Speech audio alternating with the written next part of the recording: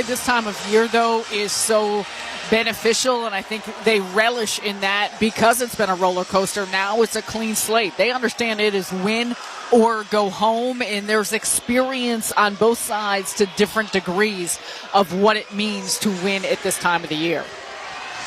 Dan Hurley's been telling his team to wipe the slate clean on and off for months. I feel like for UConn, they've had such an interesting rocky road. They lost the 3 in Maui to Memphis, Colorado, and Dayton, and it hurt their seeding certainly. As for Oklahoma, they thought maybe start to get rolling late in conference play, but a loss to LSU February 15th didn't help the net ranking. They lost by 1 to Kentucky at the Horn, basically, in the SEC second round on Thursday of last week. So two teams trying to figure out what they are, and somebody is going to be out of the tournament when we finish up 40 minutes or maybe more. Their discipline will be tested, and especially when it comes down to the defensive side of things for these groups because of the high-level offenses that you're going to see, again, from UConn. You understand that, but even for Oklahoma and how they're able to operate with the ways in which they've got quickness, they've got athleticism, they've got a lot of shot makers here that are willing to continue to put pressure on the rim. Long night for the Fears family, by the way. Michigan State's playing in the late window as well. Jeremy and the Spartans, and then Jeremiah. You got 8 windows you could have put us in, and they're both playing at the same time. It'll be a multi-app experience for the Fears family. Time now for the opening tip, sponsored by AutoZone. What makes AutoZone America's #1 battery destination? Because they offer free battery testing and charging and reliable replacement batteries, and they've always got your battery solution. Get in the zone. AutoZone. Samson Johnson at the jump circle. Wagee eye to eye with him. UConn and Oklahoma, 8 and 9. Ready to go. Kip Kissinger throws it up. It's one back. Whipped back with the right hand by Wagee to Oklahoma and Fears. He's prodded at by Diarra off a screen. Got it to Wagee. Foul line. Dumps it down low left. And Johnson challenges the dunk try by Moore. Here comes UConn. Caravan plays it through Diarra. His steady hand so important for this team that doesn't really have a backup point guard. McNeely circles it right high on the right side. Samson Johnson flat-footed. Flip it back out for Diarra. He is chest to chest with Goodine. Over to Johnson, who rips through over his head. Handoff Caravan. His pass put right back in his face. Down to the midline. McNeely, 2 to shoot. It's a 3 right wing. Diarra, a rainbow front iron, no dice. And the rebound, 1 and done. Oklahoma left to right. Fears swooping in. A long step down the lane. He's fleeced by Diarra. He rams into the front court through Caravan, who fakes it left and fans it right. We're a minute in. Diarra bluffs a 3. Steps through very slowly. Plucks it off the window and down. 2 for Diarra. Slow motion, but brilliant. Patience at the end of that dribble and smooth on the touch by Diarra, who gets it right in the paint. Both teams attacking the rim early. Duke Miles down the boulevard. Kick it right corner. 3 in the air. No good for Jalen Moore for Oklahoma. And here comes UConn. 1 and done again. Solo ball breaking to the left. Skidding to a stop. He's watched by Moore in the man-to-man defense. Floated for Johnson, who fakes the handoff. He'll give to McNeely, circling right of the lane. He'll charge in, put it up, and through. It swirled down. Low trajectory. And a 4-0 lead for UConn, and McNeely a $140 in. Oklahoma basketball, they score nearly 80 points a game. Goodine working the dribble, wrenching it left for Jeremiah Fears, the leading scorer, the freshman 18-year-old, waving with the right hand. He's spied by Diarra off a screen and a rob. He's down the lane and fouled, and Fears goes to the free throw line. An 85% foul shooter for a team that is 8th in the country at nearly 80% as a group. Well, and a big part of what they do is draw fouls because they attack the way they do. When you saw it off that possession, and Fears calling for the ball screen up high for Oklahoma, wanting to get into their offensive sets a little bit quicker here. This feels like it's going to be a half-court game tonight if the first minute or 2 are any indication, as the foul shot is good for Fears. It is 4-1 UConn. Both teams very deliberate in how they want to operate in the half court and what they want to run and making sure they're getting quality looks, to your point, Jason, which often can be different team by team. Some really want to get it going in the open court and transition. I think for these teams, how they execute their offense. They're very comfortable in the half court. Very analytical offenses, not numerically, but simply surveying and distilling as 2 free throws go down for Fears. 4-2 your score. They are layered offenses here. Diarra, perimeter right. He's at the arc, throwing it left for Johnson. Now Caravan working through traffic. Right-handed floater is pure. He's been leaving those a little bit short recently. That one goes down at 6-2 UConn. Into the front court, Fears dances on the dribble, flinging it right for Moore. He does ballet into the lane. Righty shot, no good, wide right. Good defense, Caravan. He clears the rebound. Hitting ahead for McNeely. Twisting and spinning and about face against his defender, Goodine. He roams him right of the lane, drops it off Johnson, low left, and he scores on a cross-lane feed. UConn 8-2 as we welcome those of you just joining us across our network. The Huskies by 6. 3 minutes into this game, 8-2, 17:03 in the first half. Outside right 3, Goodine, quick catch and shoot, no good. It rattled around and out, and the rebound ricochets out of bounds over the end line. It will stay with Oklahoma, but Diarra plopped himself down in the makeshift camera well there. Oh, they're going to say it's UConn basketball. It was off of Oklahoma. So Caravan will key it in as they clean up the bodies. 16:56 first half. There's a battle for the arena. Let's go Huskies, let's go Sooners, and I think let's go Huskies is winning. Right now they are, but this is a full house and a lot of activity and energy that we've seen here early on. UConn basketball, perimeter left. McNeely sweeping through, does the moonwalk to the March Madness logo. Zip it right, ball, catch and shoot, rifle for 3 is a rounded out, and the rebound tipped down for Oklahoma. Fears in a hurry, right down the boulevard, middle of the lane, kick it out wide left, in the corner. 3 is a rounded out for Miles, and the rebound for UConn and Caravan, far side right. One and done over and over for Oklahoma. No offensive rebounds for either team in this game so far. Diarra wheeling to the right wing. 2 hands a pass up top for the slender, nearly 7-footer Samson Johnson. Handoff McNeely. He'll trigger a triple left of the circle and drop it in. Liam McNeely has 5 early. He was a major loss for UConn early in conference play, and the Huskies by 9. An example of multiple actions on the strong side. Caravan helped to free him up on that left wing. This is a surgical offense at time, very efficient for UConn. Fears down the lane, lefty scoop, he scores a pendulum dribble into his 4th points, and he has all 4 for Oklahoma, trailing 11-4. 15:35 first half. The Huskies, 2-time defending champions. It's a walk into the front court. Diarra zips it for a tough catch. Caravan.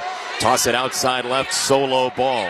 Lob for McNeely. He's crowded out outside left by Goodine, outside of the lane. He wheels left side. A double comes. He steps through, scoops it off a hand of a teammate, gets it back, kicks it out, ball, slicing the lane. And he is fouled as he crawls to a stop onto his knees from the right side lane line.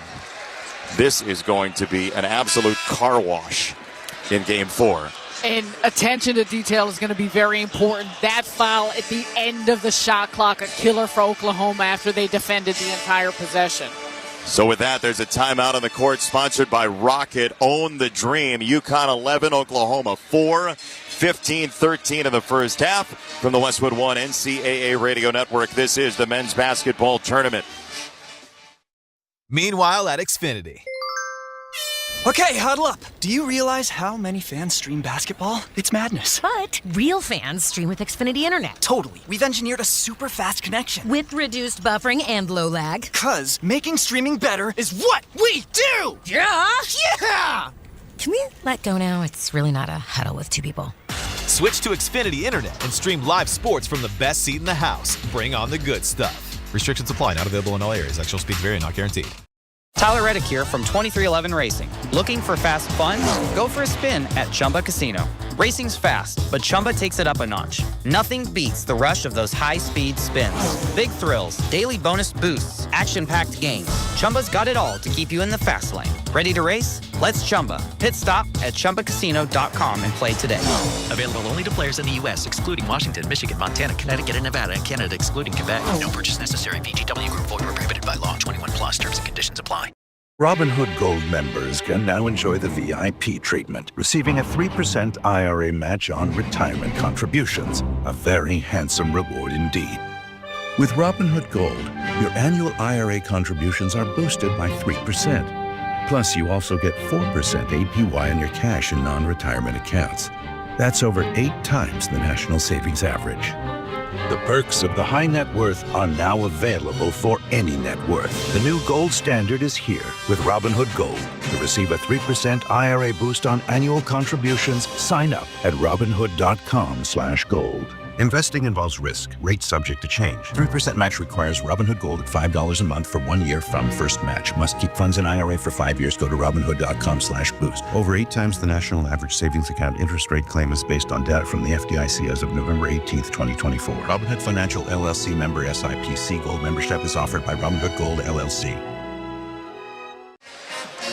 11-4 UConn, the lead, 15-13 first half. Let's check each team's tournament resume, sponsored by Monster.com. Monster.com helps you slam dunk the job search and make your next career move. Monster.com provides great coaching and millions of job openings. Get off the bench and go to Monster.com today. Oklahoma opened 13-0. They are 7-13 since. They played a pretty good non-conference schedule, again beating Arizona, Louisville, Michigan as well. UConn, an up-and-down topsy-turvy. They beat Gonzaga in a game at Madison Square Garden. Took down Marquette a couple of times as well, but some odd losses, including a game that they lost at Seton Hall that Dan Hurley said the bus on the way back felt like a casket on wheels. So that's a signal of how the team's demeanor was at that point on February 15th. But here they are in the second season, essentially leading by 7 early. And it was a good start for this UConn team, but you got to continue to have that same type of focus for Oklahoma. They've started 1 of 6, 0 of 3 from the three-point line. There's going to be a balance in how they continue to vary up the shots they're taking. They'll lob it in, try to parachute it for Johnson, taken away in a rush. Goodine in the front court. He hangs in the air and scores with the right hand against McNeely, who went vertical. 2 for Goodine on the break, and Oklahoma's got the last 4. 15 minutes to go. First half, UConn takes about 19 seconds off the shot clock on average every possession as they'll circle it right to McNeely with the headband. He'll try to trudge by the defense and can't, so he'll play it through Johnson, who scans and finds Caravan back to the goal, top of the key. Off to Johnson, staring at Northweather. Now Caravan, 3 left in a circle that faded. Wow, Johnson mazed through 2 defenders to clear the rebound, and he got decked down to the ground. That's a big guy at 6'10", weaving through Sooners. Well, and it started with multiple dribble handoffs by Sampson. They use him to initiate a lot of offense. Shot goes up by Caravan, and Sampson crashing in from that weak side wing to help retain the possession for UConn. He now leaves. Terrace Reed Jr. is in, the Michigan transfer. 2 fouls on Duke Miles, by the way, in the backcourt for Oklahoma, and they will sling it into the backcourt where it's pulled in by Solo Ball for UConn. In the red, white, and blue, the white jerseys, they are the home team officially. Here is Diarra racing toward the defense. He's watched by Goodine. Now to McNeely, left side. Circling through, tiptoeing his way. Shot with the right, no good. Rebound for Oklahoma, coming left to right. Goodine scampers into the front court. Tried to put up a shot. He got closed off. Instead, a kick out left of the circle. Colby Elvis misses a 3. And Oklahoma is done on that possession. McNeely trots into the front court. 11-6 UConn the lead. 6 minutes into the second half. Reed backing it, and it punched away, and a foul called as Caravan scrambled to split 2 defenders with the ball trickling toward the end line, and Oklahoma called for another foul. Jason, we talked early that this may be more of a half-court executed game for both teams offensively. It doesn't mean it's not fast-paced. Sometimes you think about tempo only being in the full court. These half-court offenses are moving. A ton of cutting actions, a lot on the ball, off the ball, the screening actions that are happening, and quick decision-making with the passing. That's how these teams continue to play a tempo even in the half court. Yeah, sharp is the word for it, as Oklahoma substitutes Dayton Forsythe in. He is a sharpshooter from 3, as they'll parachute a pass all the way into the backcourt, and it hit the sideline. The pass came from Solo Ball. He launched it into the backcourt, and if Hassan Diarra could have, he would have fair caught it. If I could have, I would have reached over the table and caught it. It wasn't too far from us. That ball hit the sideline. It's a good call by Kip Kissinger, and it's Oklahoma basketball. Diarra hand in the cookie jar. They'll bounce it for Wiggy. He spits it into the right corner for an airballed 3. That was not even close for Moore, and UConn comes right to left on the flip trip. Diarra nursing the dribble with the left hand, switching to the right. Bounce feed for Reed right of the circle. Elbows out. He'll hand it off for Caravan. Tried to set for the floater and couldn't. He'll equip Ball now between the rings. Back to Caravan. 10 to shoot. On the weak side right. Skip it left. Diarra catch and shoot. He'll spring for 3. Too strong. And the rebound Forsythe. Shove it ahead. Mid-rise. A foul call. No, a travel. It's a travel. Moore was sprinting ahead of the pack. He was caught trying to get mid-air, and he walked. And that's a good job by Diarra, staying in front of him. Ball chasing from behind.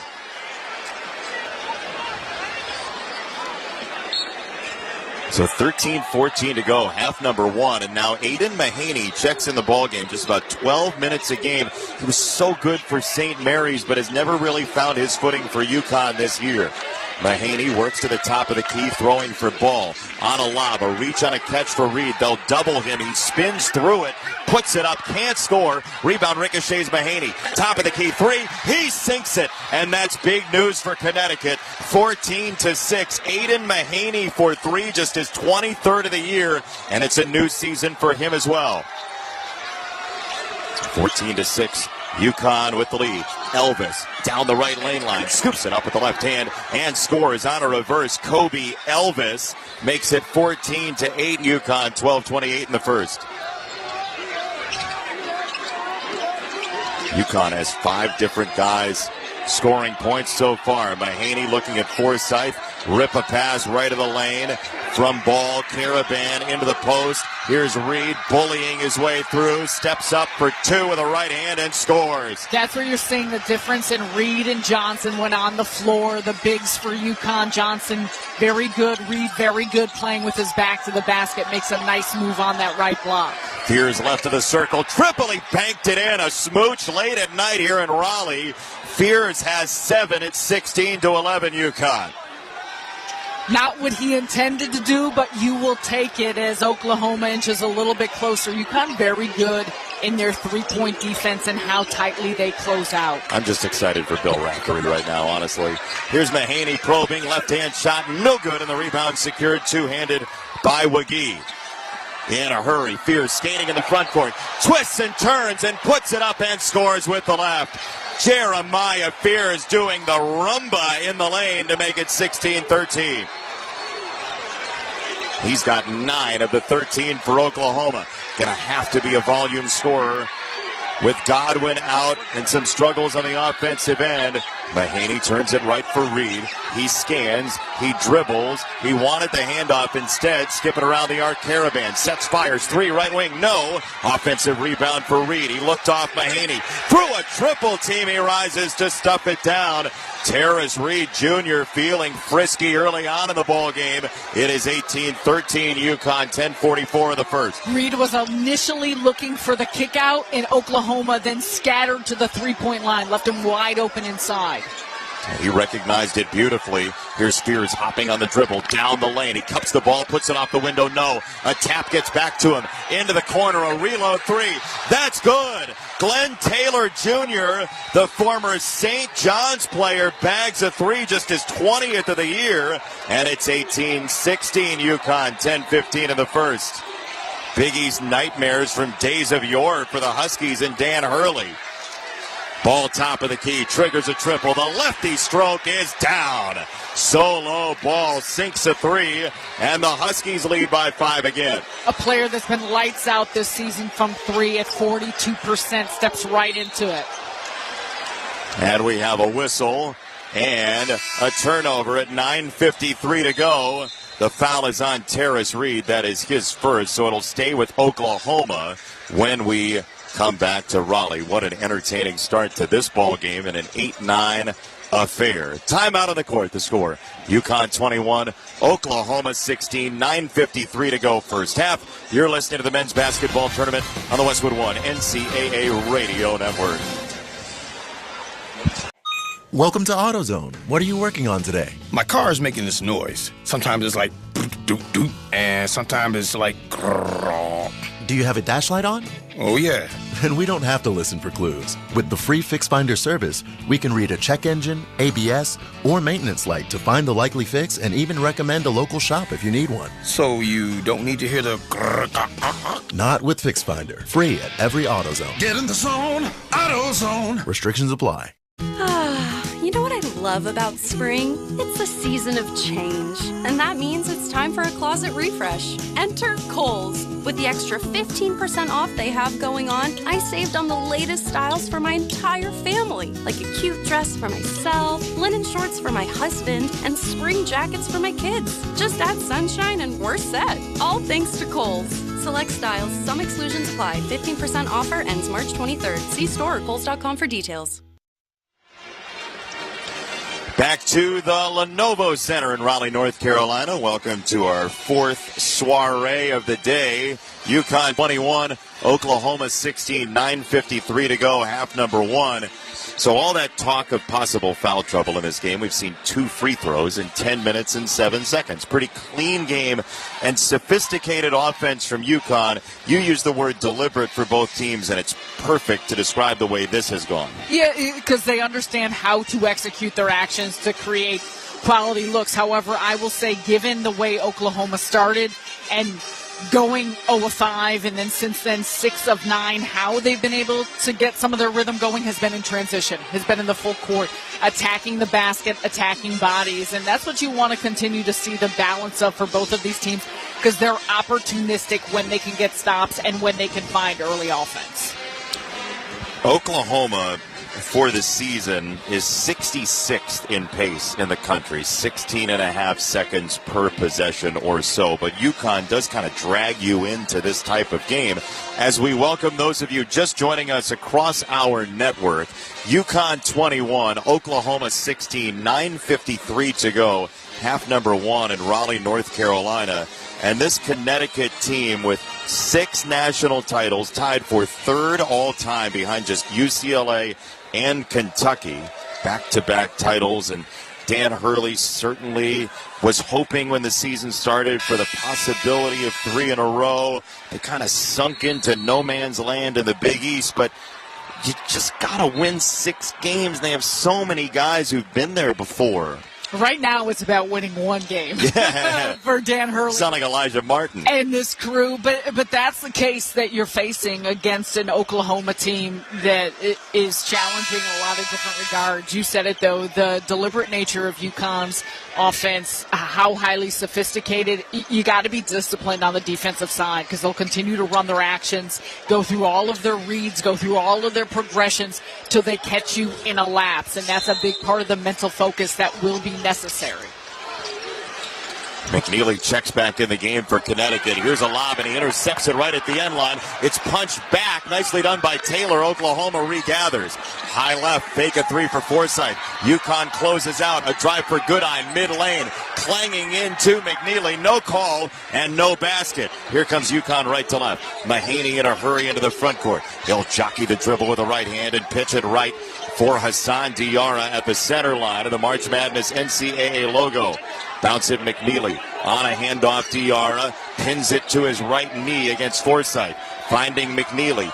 Ball at his kneecaps. 7 to shoot. He probes. Finds Diarra. 4 to shoot. Diarra, the senior, starts his move. Right lane line. Fadeaway jump over Forsythe. No good. Rebound tap back by Johnson. And Diarra gets spiked to the ground. Absolutely hammer into nail by Oklahoma. A couple of Sooners just crunch Diarra down to the deck. Forsythe going after that one strong. and Goodine coming in as well. What you've seen from both of these teams is an attack on the offensive glass, especially when it's deeper shots and longer rebounds. And that's where some of those instances take place that you're going to see bodies banging against one another. The wall's just caving in. The foul is on Forsyth as Wagee subs in, and out goes Luke Northweather, the sophomore in his second year at Oklahoma. His brother Eric, a Drake player. Good weekend for the Northweather family. Inbound is deflected. It goes out to Mahaney at the right wing. He sets up McNeely for three right baseline. That's no good. And we have a rebound, and it's going to go the other direction. It went over the basket coming from far side to near, and Oklahoma will have it with under 9 to go in the first half. Forsyth pushes it on one bounce for Kobe Elvis, who walks into the front court. Crosses over on the dribble. Duke Miles on the bench with 2 fouls. Elvis a drive, right lane line. Kick it left. Forsyth closed off by Mahaney, and he leans into him to commit the foul. Mahaney just crawled on the back of Forsyth, who doesn't take a whole lot of twos, and Mahaney sends him to the line where he's missed 4 times all year. A part of that is UConn running you off the three-point line. You see an instance of that there, and it'll be a part of the decision-making that comes to the Sooners offense. Let's pause 10 seconds for station identification. This is the Westwood One NCAA Radio Network, your home for the national championships. College Sports Radio is your home for the NCAA tournament. For the win, it's good! Hear reaction all day long on SiriusXM Channel 84 and the SiriusXM app. Good for Forsyth. He rattles down the second one, and Oklahoma climbs to within 3, 2 for 2 at the line, and they'll slap on a little token pressure and now back off of it as McNeely jogs toward the front court into the waiting arms of Goodine defensively. McNeely flares to the right wing, drives from there, swoops in, and now backtracks, retracing his steps to the wing. Off to Mahaney on the reversal left side. Diarra clutching. He'll drive Forsyth, kick right corner. Mahaney sets and fires for 3. No. Rebound tipped out to Oklahoma. Elvis in a dead sprint into the front court. Perimeter right. It's early Elvis. Dead sprint. Top of the circle at the left wing. He'll pop a pass down low. Wagee backing in on McNeely. Turns and he travels. It's a travel against Wagee. We saw 1 travel in the first 3 games, and there have been 2 in the first half. It's a bonanza. Wagee right in the middle of the paint, and McNeely has got size, holds his ground. Johnson also dug down to try and help, and that forced the shuffle of the feet. Wagee caught that. He was pretty upright. Didn't really know what to do with it. And here comes UConn. 12 minutes into this ball game, leading 21-18. It's the Huskies on the ball. Solo ball into the front court. He'll sling it around the arc through Johnson to Diarra, dipping his shoulder into the lane. Righty shot. Nobody's fouled. Diarra went smashing through the lane, and he'll get 2 free throws when we come back to Raleigh, North Carolina. Foul is on Wagee. That's his first for Oklahoma. Timeout on the court. The score, UConn 21, Oklahoma 18, 7:50 to go, half number 1. You're listening to the men's basketball tournaments on the Westwood One NCAA Radio Network. Old Spice Swagger Body Wash will make you the MVP of freshness and confidence. With its irresistible scent, it will transform your shower experience, leaving you feeling fresh on and off the field. Pair it with Old Spice Swagger Deodorant, the #1 aluminum-free brand that keeps you feeling like a Super Bowl champion 24/7 when used daily. But don't wait. This dynamic duo is available at Costco for a limited time only. Old Spice, official deodorant partner of the NFL and Super Bowl 59, where freshness meets football greatness. This is the story of the one. As a quality technician in a food processing center, she knows that making the right call is the best way to avoid a recall. That's why she trusts Grainger's world-class supply chain to deliver the high-quality supplies she needs to help keep her production line, her equipment, and her customers happy and healthy. Call 1-800-GRAINGER, click Grainger.com, or just stop by. Grainger, for the ones who get it done. And that is why many of the greatest feats of fandom require you to be on your feet. Any questions? Professor, NCAA men's basketball is back. Are we ready? You prepared to show up? show out? Give it 110 from tip to the final buzzer? Oh, you're ready. March Madness. Attendance is encouraged. Passion is mandatory. Buy your seats today at ncaa.com/MVB tickets. Without maintenance teams behind the scenes, everything stops. Even the game. Lights, broadcast equipment, cooling, you ensure the assets that matter most work. MaintainX was built for professionals like you. A modern maintenance app that helps manage work orders, schedule maintenance, and track inventory. So keep the madness on the court, not in your operations. Try MaintainX free at maintainx.com/MVP. That's maintain in the letter x.com/MVP. Jason Benetti and Sarah Kustok here at our Grainger courtside seats in Raleigh. Stay on top of your game with Grainger. Get the industrial-grade products right when you need them to help your business move forward. When you call 1-800-GRAINGER or click Grainger.com.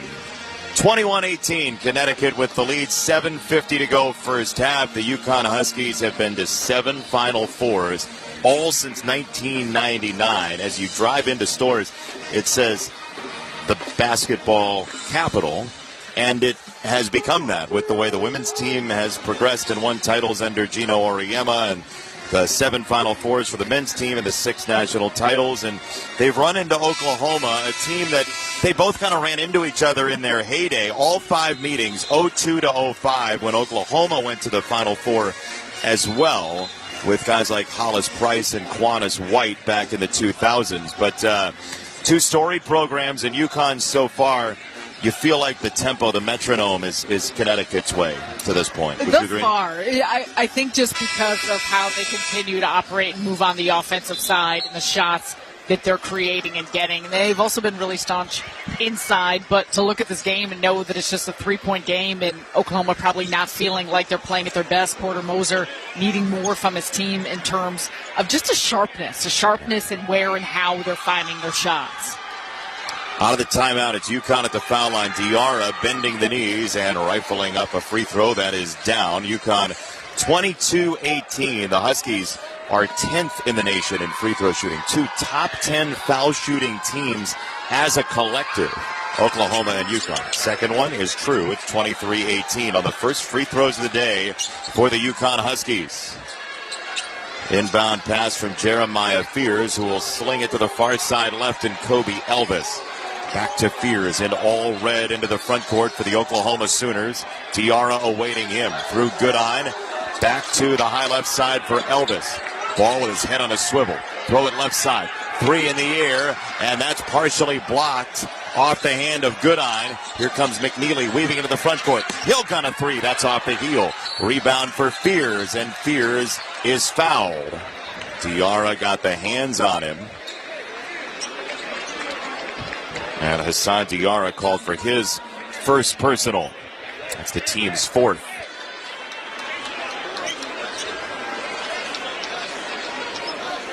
Oklahoma to inbound. Kobe Elvis, right of the basket stanchion, will leave it for Fears, who saunters into the front court. On a lob, Wagee just kind of chopped it back down to his hands, right of the circle. Overhead, now a handoff. Here is Fears, and we have a whistle away from the ball. It goes against Connecticut, and McNeely recoils in horror on his first personal foul. Later on, we'll select the smart coaching move of the day, sponsored by O'Reilly Auto Parts. Think O'Reilly Auto Parts for all your car care needs. Get the parts and service you need fast from the professional parts people at O'Reilly Auto Parts. McNeely was reacting because he saw what happened, and Samson Johnson actually called for that foul as they get it into the corner. A drive from Goodine, trying to drop it off in traffic. Close quarters, intercepted. Solo ball. Jogging into the front court for UConn. Here's Diarra on a bounce feed, wrapping it around for Samson Johnson. Caravan got whacked around that other screen on the right side. Didn't get the ball. Now Diarra top of the key. Halfway through the shot clock. He rockets toward the lane. Kicks it out. McNeely bluffing a 3 outside right. In a stance, Jalen Moore. Screen from Johnson. Pick up on the help from Wagee. Here's a 3, McNeely. Too strong. Rebound popped in the air. Taken by Goodine. Oklahoma left to right into the front court. Fears on a lob. Tough catch low on the left side. Reverse. No good for Wagee. And it's taken taken away by McNeely, but it falls on the end line, and it's Oklahoma basketball, 6:28 in the first, down 5. Missed opportunity on the break for Oklahoma. McGee was wide open running that left side of the lane. Fears just jaunts it up a little bit too high for him to be able to throw it down off the lob. Instead, he's got to catch, come back down, and allowed for the defense to collapse. Yeah, the gather got in the way. 6:28 to go, first half. UConn leading by 5. The Huskies have basically led throughout. Tough, close catch on the sideline for Oklahoma, and a driving layup trickles off the rim by Elvis. UConn basketball. Caravan running up the middle of the floor. He'll turn it left for Ball with a high hand of Miles on him with 2 fouls and a wrestling match down low that was unsanctioned. Glenn Taylor Jr. just slung Terrace Reed Jr. down to the deck. I mean, he took him and threw him. Yeah, well, Taylor realized a little bit of a wrap-up here early on, and Reed started to fall as he was backing up. There was a mismatch on the inside. Taylor at 6'6", and Terrace Reed Jr. 6'10", trying to post up, demanding the basketball. Taylor from Las Vegas, what happens in the paint stays in the paint, evidently. 6 foul against Oklahoma. Inbound Caravan. Touch it deep left corner. Ball for 3. No good. Around it out in the rebound. Taylor standing over top of Terrace Reed Jr. Fears hustling into the front court. Down the lane into Diarra. Scooped it, left it short. Rebound for Reed under 6 to go first half. UConn right to left. Diarra staggers into a dribble, right wing entry feed. Reed turns, fires, and scores inside right. UConn by 7. Terrace Reed Jr. has 6.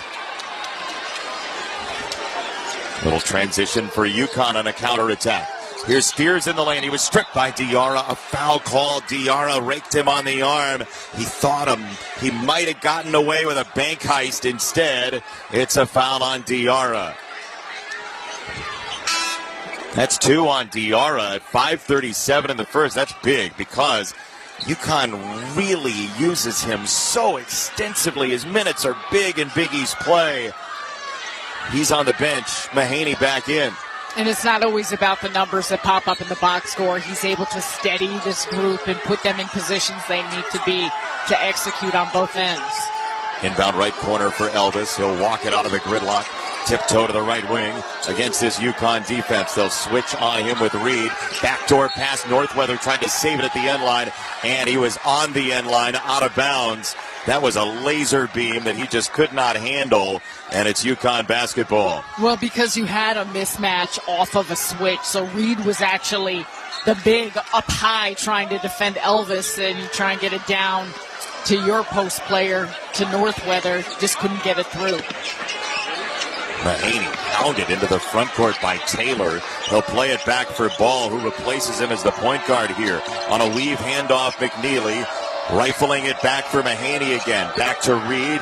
Side saddle on the dribble. Revs the engine down the lane, clanging into Northweather. It is out of bounds off of Reed Jr., and it's Oklahoma ball. 25-18. Oklahoma trailing by 7. 5:04 in the first. They've gone 5-18 without a field goal. Some days the football team doesn't go 5-18 without a field goal. Fears slowly into the front court. Big screen by Northweather. A layup for Fears goes wanting, and it's punched out of bounds. McNeely got a hand on it. It's off of UConn over the end line. The Jeep Celebration event is your chance to start a brand new adventure. Hurry in for an exceptional offer on Jeep's Go Anywhere, Do Anything SUVs, and let the ride of a lifetime begin. Forsythe checks back in for Oklahoma. Out goes Elvis, so a shooter added to the lineup for Porter Moser. Inbound to Miles, clutching the ball, turning baseline on Ball. He rises and scores. He just burns solo Ball baseline. 25-20, UConn the lead, 4:40 in the first half. Mahaney steers it to the right. He's defended by Fears. Mahaney shuffling his feet, skidding to the left wing, kills the dribble, push a pass high on the left for Ball. He tucks a post entry into Reed, blitzing down the lane. Righty shot is just good over the front of the tin and through. 27-20, UConn the lead. Dan Hurley gets a timeout and says, let's go, with a word in between. dump it inside to their big man and Reed, who faces up against Northweather, and even the double coming from Taylor can't stop that bucket by UConn. Some energy for the two-time defending champs and a timeout on the court. The score, UConn 27, Oklahoma 20, 4:20 to play in the first. You're listening to the men's basketball tournament on the Westwood One NCAA Radio Network. One of life's greatest mysteries has finally been solved. Who let the dogs out? Spruce, spruce, spruce. It's Spruce, the new hard-working, worry-free weed and grass killer that's safe for use around people and pets. When used as directed, spray the leaves for visible results in just 1 hour and dead weeds in just 1 day. You spray, they play. Weeds die by the next day. Find Spruce wherever weed killers are sold. Listen up, fellow Gen Xers. Elizabeth Banks here. The recommended age for pneumococcal pneumonia vaccination has been lowered to 50 and older, even if you're healthy. It's up to us to lead the way. We've done this before. Music videos, fanny packs, even the World Wide Web. Let's do it again and get vaccinated, because we're at over 6 times greater risk for pneumococcal pneumonia. Gen X, this is our shot. Visit vaxassist.com and schedule a vaccine today. Sponsored by Pfizer. Whoa, it's you, the Capital One Bank guy. That's what they call me. Mind if I get a selfie? Yeah, sure thing. Say no fees or minimums on your Capital One checking account. Wow, that's a keeper. So, where are you heading? I'm off to spread the good news that Capital One helps people keep more money in their wallet with no overdraft fees. Oh, you're the best Capital One Bank guy. Hey, mind if I get a selfie? Sure. Say, Capital One, what's in your wallet? Terms apply. See CapitalOne.com/bank for details. Capital One NA, member FDIC. It's time for basketball, and right now, Uber Eats has deals on Burger King, Buffalo Wild Wings, KFC, and hundreds more local favorites. So you can keep your eyes on the ball and your hands on a burger. Get game day deals now, only on Uber Eats. Product availability varies by region. See app for details. Monster.com helps you slam dunk the job search and make your next career move. With great coaching and millions of job openings, Monster.com empowers you to score your next position and win the job hunt. Get off the bench and go to Monster.com today. UConn 27, Oklahoma 20, 4:20 to go. Half number 1 in Raleigh, North Carolina. And you can listen to Westwood One's exclusive coverage of the NCAA men's basketball tournament for free on the Varsity Network app. Listen to every game live or on demand. Download the Varsity Network app now and search NCAA Championships. UConn has the lead, and the Huskies have led throughout, wire to wire so far. They were up 4-0. It's now a 7-point lead, and Dan Hurley with some effusive words for his team of excitement and enthusiasm, most of which we can share on our radio network. It's been an interesting start here for both teams as you look at that. But when you mentioned Dan Hurley and this UConn team, also a part of what they've done on this defensive side has been really active with their hands, deflections, forcing turnovers by Oklahoma, and good protection at the rim when the Sooners have gotten there, yet have not been able to convert. Here's in the right angle, pass into the left corner, 3 in the air. That's no good for Forsyth. UConn, the rebound again, 1 and done for Oklahoma. Just 3 offensive rebounds in this first half so far. 4 flat to go, first half. Jalen Stewart twists it to the left. Caravan, entry feed. Reed has him buried. Kick out right side. Stewart to Caravan, wheeling in the lane, turning his back, trying to face, and he rummages into a travel for a UConn turnover. Some solid defense by Oklahoma where everyone was just staying in front and forced that turnover by Caravan. And with that turnover, there's a timeout on the court. The score, Connecticut 27, Oklahoma 20. Winner gets the Florida Gators coming up on Sunday. 3:45 to go first half. You're listening to the men's basketball tournament on the Westwood One NCAA Radio Network. Your business needed to hire someone yesterday. How can you find amazing candidates fast? Easy. Just use Indeed. With Indeed Sponsored Jobs, your post jumps to the top of the page for relevant candidates so you can reach the people you want faster. According to Indeed data, sponsored jobs posted directly on Indeed have 45% more applications than non-sponsored jobs. Plus, with Indeed Sponsored Jobs, there are no monthly subscriptions, and you only pay for results. Start at Indeed.com/credit. Your business needed to hire someone yesterday. How can you find amazing candidates fast? Easy. Just use Indeed. With Indeed Sponsored Jobs, your post jumps to the top of the page for relevant candidates so you can reach the people you want faster. According to Indeed data, sponsored jobs posted directly on Indeed have 45% more applications than non-sponsored jobs. Plus, with Indeed Sponsored Jobs, there are no monthly subscriptions, and you only pay for results. Start at Indeed.com/credit. Confidence is knowing you're ready to handle whatever comes your way. That's what it feels like to take on your workday with Cintas. They make sure your AEDs are up to date, your fire extinguishers are tested and inspected, your floor mats are cleaned and delivered, and your workwear looks good, feels good, and is freshly laundered with a Cintas Apparel Plus program. So are you ready to take on today? Visit Cintas.com and get ready for the workday.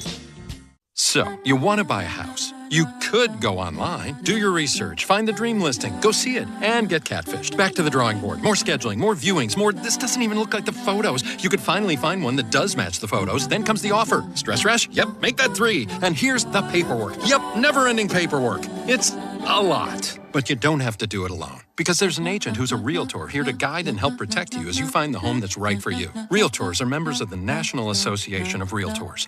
Right by you. Time now for a tournament bracket update sponsored by Green Gobbler. Green Gobbler, the only clog dissolver you need. It's bleach-free, safe for your pipes, and it works. Green Gobbler, let the gobbler get it. Your bracket update has Duke a winner in game number 2 today. The 1 seed advances to face the winner of game 1. That was Baylor, 75-72 over Mississippi State. The Florida Gators took care of business against Norfolk State, even though they had an early lead, so I kind of slipped through their fingertips. And the winner of this game, Oklahoma or UConn, will take on Florida. A lot of chalk in the bracket around the country so far today. And we've had grand updates from inside our studio all day long from our friends Brad Heller and Jason Horowitz throughout the course of the day. Everybody here at Westwood One working so hard on this gem of an event, the NCAA basketball tournament. So happy to have you along for the ride. Oklahoma trailing by 7. Fears a find for more top of the key. Driving Caravan puts a shot up and it trickles off. Rebound for UConn coming right to left. Terrace Reed Jr. Yet another layup missed by Oklahoma when they are right at the basket. Knocking on the door, just cannot finish. UConn basketball, Mahaney breaks to the top of the key, kicks it for ball left wing. Rainbow 3 is down. Splash down for Solo Ball, his second triple and a 10-point UConn lead. Fears roaming to the right wing, driving, gets 2 in the air and gets to the free throw line. He gets toppled. Stewart definitely decked him, and 2 free throws for Fears. Fears has 9 of the 20 for Oklahoma. Going to go to the free throw line. Hey, March Madness is coming to a court near you. Experience it live as the nation's best college basketball teams compete for a chance to cut down the nets. Secure your seats today at ncaa.com/MDB tickets. Foul shot does sit down for him. It's 30-21 UConn. And for Oklahoma to start to see it go through is going to be important because they've been really inconsistent here early on. Start the game 0 of 5. Then they get on a little bit of a hot streak and go 6 of 8. Since then, just 1 of 9. Fears gets both to go here at the free throw line. However, you want to see more fluidity in their offense, and a big part of that comes from getting stops defensively, which UConn has made it very challenging to do. And again, just minimal possessions from Oklahoma as well. It's an 8-point game. Solo Ball, side saddle, and it taken away. Fleeced into the front court by Goodine, and a wave off the shot. It's a foul on Ball on the floor against Solo Ball, and a 1-and-1 for Goodine, who just took it right from his clutches. It comes and pressures the ball on Ball. And to your point, it's the quickness of the hands, and that's going to be a part of it for Oklahoma if they can put some more pressure on the basketball, on the ball handlers, and not allow them to get, we're talking a lot about the high-level offense that UConn runs, the spreads, the actions, everything they do. Well, it starts with not allowing them to get into those. Free throw for Goodine, too strong on a 1-and-1 front end, no good. Rebound Connecticut, 30-22, the Huskies with the lead. McNeely throws it ahead. Here is Mahaney. Diarra on the bench with 2 personal fouls. The steady-handed point guard for UConn. Roll a pass high left. Here is McNeely dropping it off for the big Samson Johnson at the arc. Back to Ball, who got his feet tangled. Here's McNeely roaming down the lane. Floated up, no good, around and out. I think Johnson thought it might be a lob. Instead, the hit ahead for Oklahoma. Ball goes high, very vertical, and spikes down on Jalen Moore, who is flat on his back underneath the goal. Solo ball.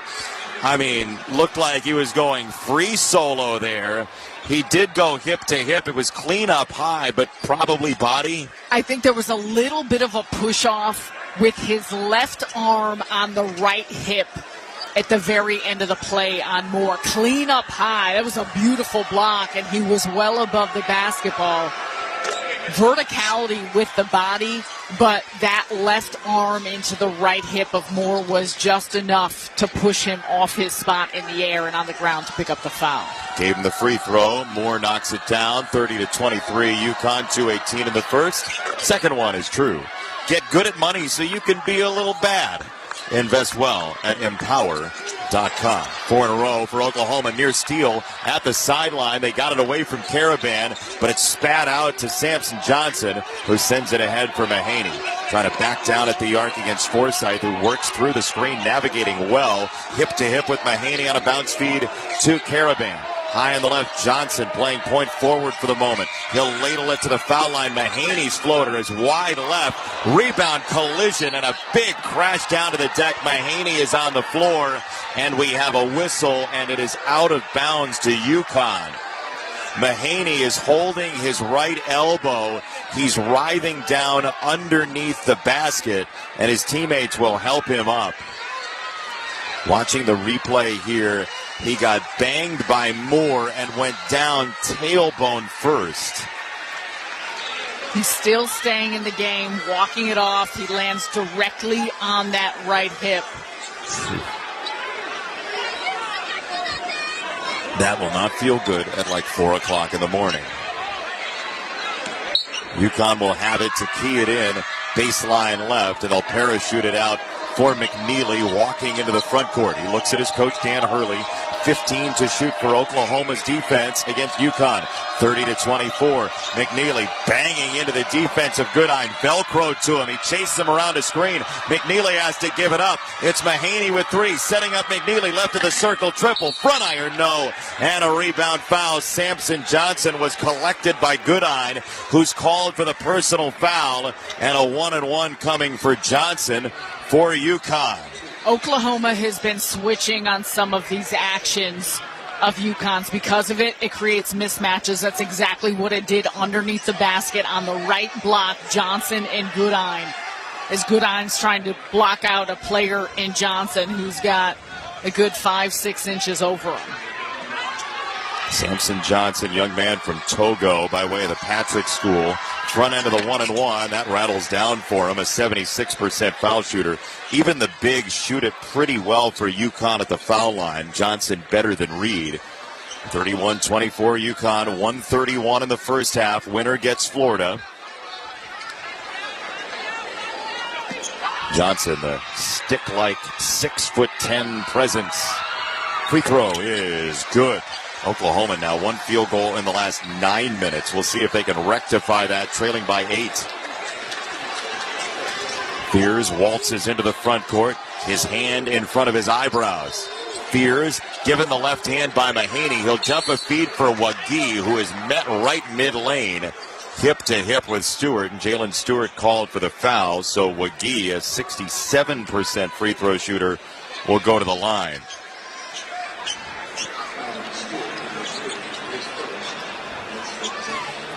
10th team foul on UConn. 2 free throws coming. Hey, Robinhood Gold gets you a 3% boost on annual IRA contributions. The new gold standard is here. Sign up at Robinhood.com/gold. Wagee pounds the ball into the hardwood, the light-colored hardwood. Free throw is up, and it nestles home for Wagee. 32-25. He's seen a lot of the country, you know. Wagee Alabama, West Virginia, Harcum College, where he led junior colleges in all the country in rebounds and offensive rebounds. And now here to Oklahoma. Second free throw on the way. And no good, wide right. Rebound for UConn and Stewart. Bronx, New York native. Bronx, New York. Think he's a Yankees fan? Ready for spring training? Have to imagine so. I think he'd like to play a little bit more basketball. He delivers it for Johnson probing. Here's McNeely breaking left. He's watched by Jeremiah Fears, two freshmen, talented freshmen. Fears now hops into Caravan's chest. Here is McNeely on a drive right down the mid lane. Shot no good off the backboard, and he didn't hit the rim. It's a shot clock violation. 48 seconds to go in the first half. UConn by 7 as Dan Hurley goes and just whispers something into Luke Murray's ear. And Luke was aghast, the assistant coach for UConn. He shook his head. It was like somebody said to Luke, your dad's a White Sox fan, right? His dad's Bill Murray, big Cubs guy.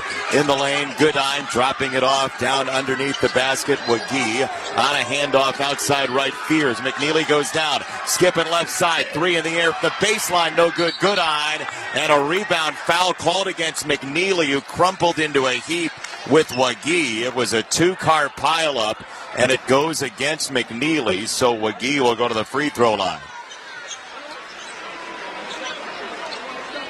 That's one of those you might want to go look at a hook and hold, dare I say.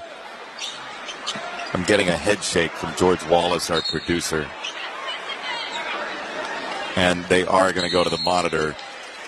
No, a timeout called. Timeout, Connecticut. They broke the huddles. And the stare that I just got from at least 1.5 people on our crew, they're not going to the monitor. We will step aside. Time out of the court. The score, UConn 32, Oklahoma 25, 29 seconds first half. You're listening to the men's basketball tournament on the Westwood One NCAA Radio Network. Welcome to AutoZone. What are you working on today? My car is making this noise. Sometimes it's like doot doot, and sometimes it's like. Do you have a dash light on? Oh, yeah. Then we don't have to listen for clues. With the free Fix Finder service, we can read a check engine, ABS, or maintenance light to find the likely fix and even recommend a local shop if you need one. So you don't need to hear the... Not with Fix Finder. Free at every AutoZone. Get in the zone, AutoZone. Restrictions apply. 32-25, UConn the lead by 7, 28.9 to go. In half number 1, the Huskies have led wire to wire. Oklahoma has never led. The last field goal for the Sooners was more than 4 minutes ago. And Oklahoma, 2 for 10 from 3. This is a 37% three-point shooting team that's really struggled as Wagee's going to the free throw line. And that's the give and take of what will come out of this game because of how good UConn can be in their three-point defense. They've been excellent in how they've been quick on their contests, rushing some of those Oklahoma three-point shots. Can that change in the second half? It's going to be an X factor to what happens. Free throw good for Wagee. It's 32-26. UConn with the lead. The problem for Connecticut is they've given up just gobs of free throws this year. 136 more foul shots attempted by the opponents than UConn, as the second one's no good. Wagee 2 for 4 in this first half from the foul line. UConn has a chance at the final possession. 22 seconds to go first half. McNeely breaches the front court and two-hand chest passes to Mahaney. Diarra out with 2 fouls. UConn still leading by 6. Everybody frozen like Zach Morris was here to call a timeout. Mahaney hopping on the dribble, 5 to shoot, driving, floats it up for a lob that ticks the rim. It's in the air, a 3 Caravan line drive, no good. It's spat back out to right of the circle, and Caravan missed the 3, but Dan Hurley's feeling good about his team. He says good job as he walks to the sideline. UConn has never trailed in this game.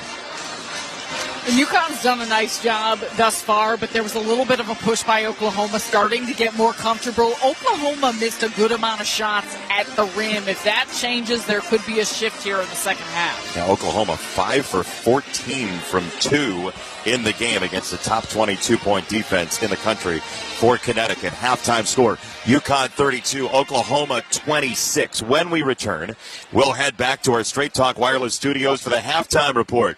Need more data so you can can stream your jam mix on loop. Switch to Straight Talk and get real unlimited data on a reliable 5G network. Straight Talk, available at Walmart or straighttalk.com. From the Westwood One NCAA Radio Network, this is the men's basketball tournament.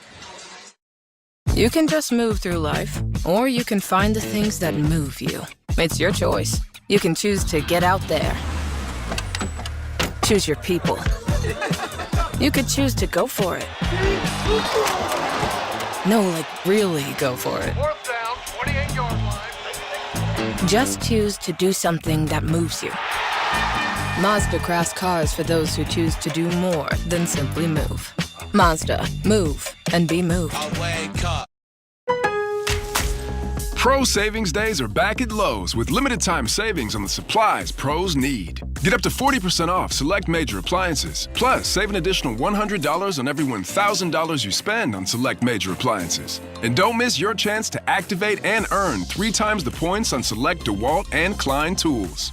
Lowe's, we help, you save. Valid through 3/28. Selection varies by location. While supplies last. See Associate or Lowe's.com for more details on qualifying items. There's nothing more defeating than a bracket busted during the first few rounds. Clearly, you didn't have the right stats and data to make the right pick. Don't make the same mistake with hiring for your small business. Find top-tier talent in the right place with LinkedIn. LinkedIn has professionals you can't find anywhere else, including those who aren't actively looking for a new job, but might be open to the perfect role. Post your job for free at linkedin.com/SXM. That's linkedin.com/SXM.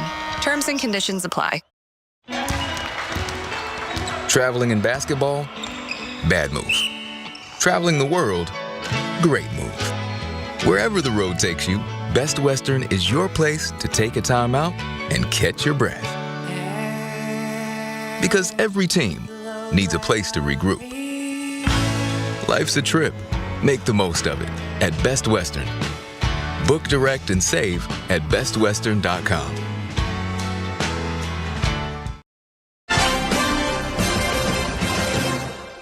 Welcome inside the Westwood One Broadcast Center in Los Angeles. I'm Brad Heller. It is halftime, final game in Raleigh, and UConn, the two-time defending champs, haven't trailed yet. The Huskies, the 8th seed in the West, lead the 9th seed Oklahoma 32-26. Let's get right to it. The tournament scoreboard sponsored by MaintainX. MaintainX is the asset and maintenance app that brings your unplanned downtime to zero. Try for free at maintainx.com/MVP. That's maintain and the letter x.com/MVP. We will start with the 6-11 matchup in the Midwest, Illinois and Xavier. The Fighting Illini showing off the best offense in the Big Ten. Boswell, hook it, Ivisic, left wing three, kaboom! Thomas Lava Visic with his second triple, makes it 26-22 Illini. Such a great pop. Zach Fremantle stayed with the ball too long and couldn't get back out to challenge the three enough to alter it. 8:40 to play first half. Noah Eagle and Tom Crean on the call. Illinois up on Xavier 35-30, final 5 minutes of the first half. Meanwhile, the 2-seed Michigan State keeping up with the 15th seed Bryant so far. Michigan State trying to take their first lead. Holloman for 3. Got it. Rattles it home from 3 steps beyond the arc. 10-7 Michigan State. 14-12 Michigan State is the score right now, midway through the first half. Scott Graham on the play-by-play. Oregon off to a 13-2 start against Liberty. The Big Ten trying to stay perfect in the opening round as there are 4 minutes in. That's what they are so far in that one in Seattle. Arizona earlier in Seattle beat Akron, beat them big 93-65, so we could have a possible former Pac-12 matchup in round 2. Florida, the 1 seed in the West, hammered Norfolk State, and they'll face the winner of this UConn-Oklahoma game. Meanwhile, Kentucky pulled away from Troy in the second half to win 76-57. New Mexico, the 10 over the 7 seed Marquette, 75-66. Duke, the 1 seed in the East, wire-to-wire to blow out Mount St. Mary's. The Baylor Bears are next. They snuck by Mississippi State. Ole Miss held off North Carolina, setting up a Sunday date with Iowa State. The Cyclones blew out Lipscomb. Maryland all over Grand Canyon. The Terps get 12 seed Colorado State in that West region on Sunday. The Rams beat Memphis. St. Mary's in Alabama. The 2-7 will meet in the East region Sunday. The Gales over Vanderbilt, and the Crimson Tide pulled away from Robert Morris. 32-26 UConn over Oklahoma at halftime coming up. Nick Baugh joins me to preview tomorrow's second-round action. You're listening to the men's basketball tournament on the Westwood One NCAA Radio Network.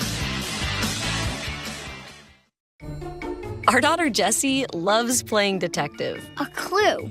But since we discovered she has sensitive skin, we've been playing detective too. We thought the problem was our puppy.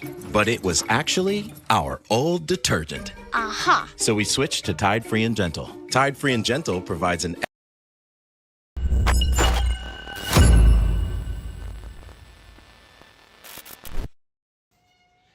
Hey, you! Yeah, you! This is Joe Bowen, the voice of the Toronto Maple Leafs. Are you checking your bracket during the commercial break like the rest of us? Thanks for chatting it up and enjoying this March Madness live hangout with us. So why... Hey, thanks for joining us. We really appreciate you being here. Please take a second, hit that subscribe button, and turn on the bell so you don't miss it when we go live for every single college basketball game of March Madness. Every single game. Speaking of which, I've got to start that next stream right now. We'll see you back in the chat. Good luck to your team. Angeles, I'm Brad Heller. Need more data so you can stream your jam mix on loop? Switch to Straight Talk and get real unlimited data on a reliable 5G network. Straight Talk available at Walmart or straighttalk.com. UConn a 6-point lead on Oklahoma at halftime. All right, time now to look ahead to tomorrow's second round action. 8 games on tap. And to do that, to break it down, we welcome in our studio analyst, Nick Baugh. Nick, thanks for being here. Is it sad to get a little depressed when we're halfway through round one already? That I can't help but I'm excited for the weekend slate, but you can't help but get a little depressed that we're already like halfway through the first round. I know. Now it means standalone games. How boring.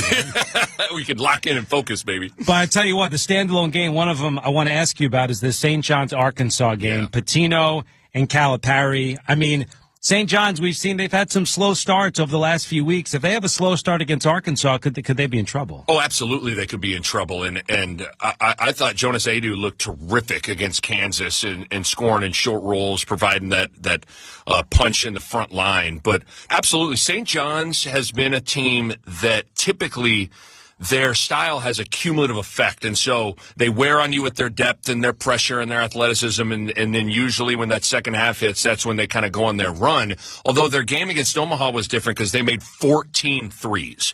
And if St. John's is able to knock down shots from the perimeter, forget about it. They're the number one defense in the country according to Ken Palm's defensive efficiency rankings. But if they're knocking down threes, that's a really tall task for anybody, let alone the Razorbacks. But, man, 2 legends on the sidelines for that game. I lean St. John's here, but I think St. John's is vulnerable just because they could easily have a 2 for 22 from 3 kind of a game. And if that happens and they start a little slow, Arkansas has absolutely got the talent, especially Boogie Flan, back to make the upset. Another fascinating matchup, this Houston-Gonzaga game. I mean, the 2 streaks of Sweet 16s, Gonzaga with 9 in a row, Houston 5 in a row, Gonzaga with the pace, Houston with the defense. How do you look at this matchup? I boil it down to Houston is one of those teams that traps every ball screen, and they're very aggressive to the ball. Gonzaga has one of the best ball handling and passing point guards in the country in Ryan Nembhard. He leads the country in assists, almost 10 a game. So if you're sitting down to watch this game or listen to this game, when those ball screen comes on Ryan Nembhard's traps, can Nembhard handle the traps? And what happens when he gets it out of the trap? He's not going to be able to probably spoon feed people assists like he normally does. He might have to be a hockey assist kind of a guy rather than a straight up assist guy just because they're going to be so hot on the ball. But Nembhard has been there, done that. He's played and gotten to the second weekend of the tournament multiple times in his career. And again, this Houston team is different than some of the Houston teams in the past. They can shoot. They have multiple guys that can knock down threes or shoot at about 40% as a team. But how Nembhard handles the traps for Houston is where my eyes are going to be. We got about a minute left, and look, you're the best guy to ask about this Creighton team going up against Auburn. How do the Blue Jays make it competitive, and how do they make Bruce Pearl's team sweat it out a little bit tomorrow? Well, first of all, Auburn's been struggling a little bit. They lost 3 or 4 heading in, and I actually didn't think they played very well against Alabama State. I thought Miles Kelly just knocking down a bunch of shots kind of saved them from a potentially stressful game. But I'll put it to you like this. If you're going to beat Auburn, it starts with being able to defend Janai Broome. And if there's one guy in college basketball that can defend Broome one-on-one, it's Ryan Kalkbrenner, the 4-time Big East Defensive Player of the Year. So I think it starts there. And if Creighton is shooting the way they shot it in game number 1 against Louisville, look out. Because Stephen Ashworth, Jackson McAndrew, Jemiah Neal, those guys are really playing with a lot of confidence. Going to be a tall task to take down the number 1 overall seed. But Kalkbrenner's ability to defend the rim and defend the paint is a pretty good place to start. Our studio analyst, Nick Baugh, thanks for a few minutes as always. Appreciate it. You got it. Still plenty more basketball to go in round 1 tonight, including in Raleigh. UConn 32, Oklahoma 26 at halftime. We'll take a break. We'll rejoin Jason Benetti and Sarah Kustok at the Lenovo Center after this. From the Westwood One NCAA Radio Network, this is the men's basketball tournament. Chumba Casino is now partnering with 2311 Racing. Chumba is always free to play, no purchase necessary. Find hundreds of online social casino games like bingo, solitaire, and slots, with new games dropping weekly. Grab your free daily login and welcome bonus with a chance to redeem amazing prizes. Play for free today at ChumbaCasino.com. It's time to cha-cha-cha-cha-chumba. Available only to players in the U.S., excluding Washington, Michigan, Montana, Connecticut, and Nevada, and Canada, excluding Quebec. No purchase necessary. VGW Group. Void where prohibited by law. 21 plus. Terms and conditions apply. You can just move through life, or you can find the things that move you. It's your choice. You can choose to get out there. Choose your people. You could choose to go for it. No, like really go for it. 4th down, 28-yard line. Just choose to do something that moves you. Mazda crafts cars for those who choose to do more than simply move. Mazda. Move and be moved. I'll wake up. Meanwhile at Xfinity. Okay, huddle up. Do you realize how many fans stream basketball? It's madness. But real fans stream with Xfinity Internet. Totally. We've engineered a super fast connection. With reduced buffering and low lag. 'Cause making streaming better is what we do! Yeah! Yeah! Can we let go now? It's really not a huddle with 2 people. Switch to Xfinity Internet and stream live sports from the best seat in the house. Bring on the good stuff. Restrictions apply. Not available in all areas. Actual speeds vary. Not guaranteed. The beauty of a tournament cheat sheet is that someone else spent thousands of hours watching film and analyzing stats, so you didn't have to. When it comes to hiring for your small business, LinkedIn does the same thing with candidates. LinkedIn delivers the strongest hiring data and insights to help you identify the right candidates to make the best hiring decisions. Hire professionals like a professional on LinkedIn. Post your job for free at linkedin.com/SXM. That's linkedin.com/SXM. Terms and conditions apply. Halftime score 32-26. UConn the lead over Oklahoma in the 8-9 game. Winner gets to face the Florida Gators. Let's check the halftime stats, sponsored by Barbasol. Barbasol shaving cream delivers a thick lather and close, comfortable shave for half the price of gels. Why pay more for a great shave? Choose Barbasol. UConn +9 on the glass, 24-15, +4 on the offensive glass. The Huskies had 7 guys score at least 1 point. Terrace Reed Jr. has 8. He is the high man for UConn. Jeremiah Fears 11 of the 26 for the Oklahoma Sooners. But the foul trouble starting to build for UConn. 3 guys with 2 fouls. Terrace Reed Jr., Hassan Diarra, and Solo Ball. 11 total fouls committed by Connecticut. Oklahoma would be nothing right now without the foul line. They're 10 of 13 from the free throw line. And that's been a huge aspect of this game. It feels like disjointed for both sides and just trying to catch it flow and catch a rhythm. This one gets added to some of the inefficiencies that you've seen around the basket and just the type of shots that Oklahoma has created. For UConn as well, there are certain parts of their offense that they've created good looks, haven't gotten shots to fall, but they've continued to be resilient in how they've attacked the glass to get second chance opportunities. Samson Johnson, a pretty good rim protector back there. Terrace Reed Jr. having a strong outing so far. And so, UConn by 6. It is time now for the second half keys. They're sponsored by Wago. Trust your game, trust your wiring with Wago electrical connectors. Gear up at wago.com/hoops for your next electrical project. All right, Sarah Kustok. Let's start with Oklahoma. How do they come back in this game trailing by 6? Well, a big part is taking care of the glass, and you had mentioned that with UConn and the offensive looks. They got to make sure to finish off defensive possessions when they force missed shots, and also just settle in and get some more comfort from the three-point line, because they are a very good three-point shooting team. They've just struggled from beyond the arc. And I'd like to see part of that come from moving the ball better. Just one assist. You need to continue to be a little bit more unselfish in how you're ball sharing. When it comes to UConn, overall they've had a solid half, but in keeping it clean, I think that's a part of what will help them on that defensive side. And just making sure that they're getting those stops, allowing them to run out into their offense a little bit better. They can operate in the half court, but more than anything, the defensive side is an area that they want to continue to build on.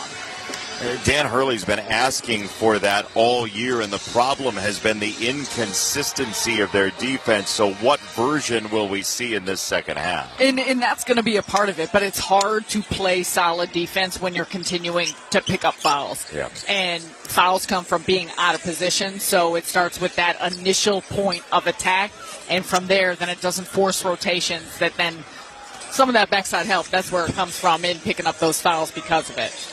One of the keys is Diarra's foul trouble. He is the steady hand of the point guard. He has 2 personal fouls. He only played 11 minutes in the first half.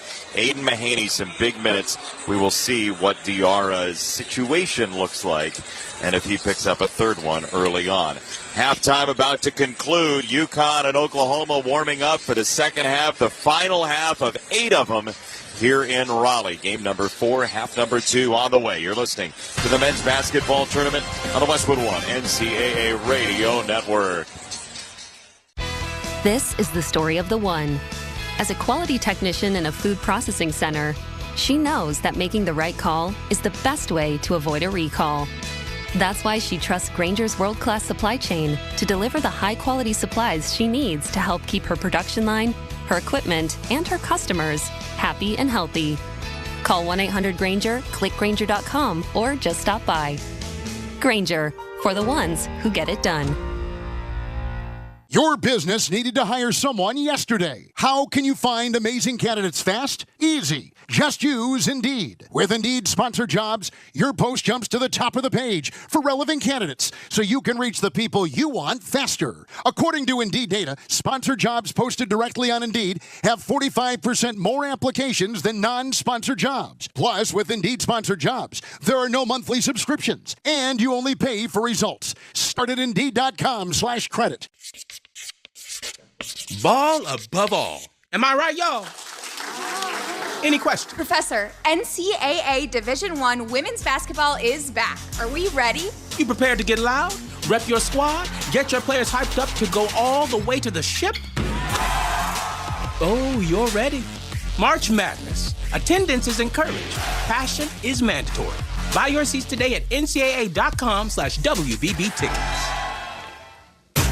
The Jeep Celebration event is your chance to start a brand new adventure with great deals on our legendary Go Anywhere, Do Anything SUVs, like the Grand Cherokee 4xE, our most capable Grand Cherokee ever, the Jeep Wrangler 4xE, our most capable Wrangler ever, or the Jeep Compass, our most affordable SUV. Hurry in for an exceptional offer during the Jeep Celebration event and let the adventure of a lifetime begin. Jeep is a registered trademark of FCA US LLC. Westwood One presents Great Moments in Tournament History.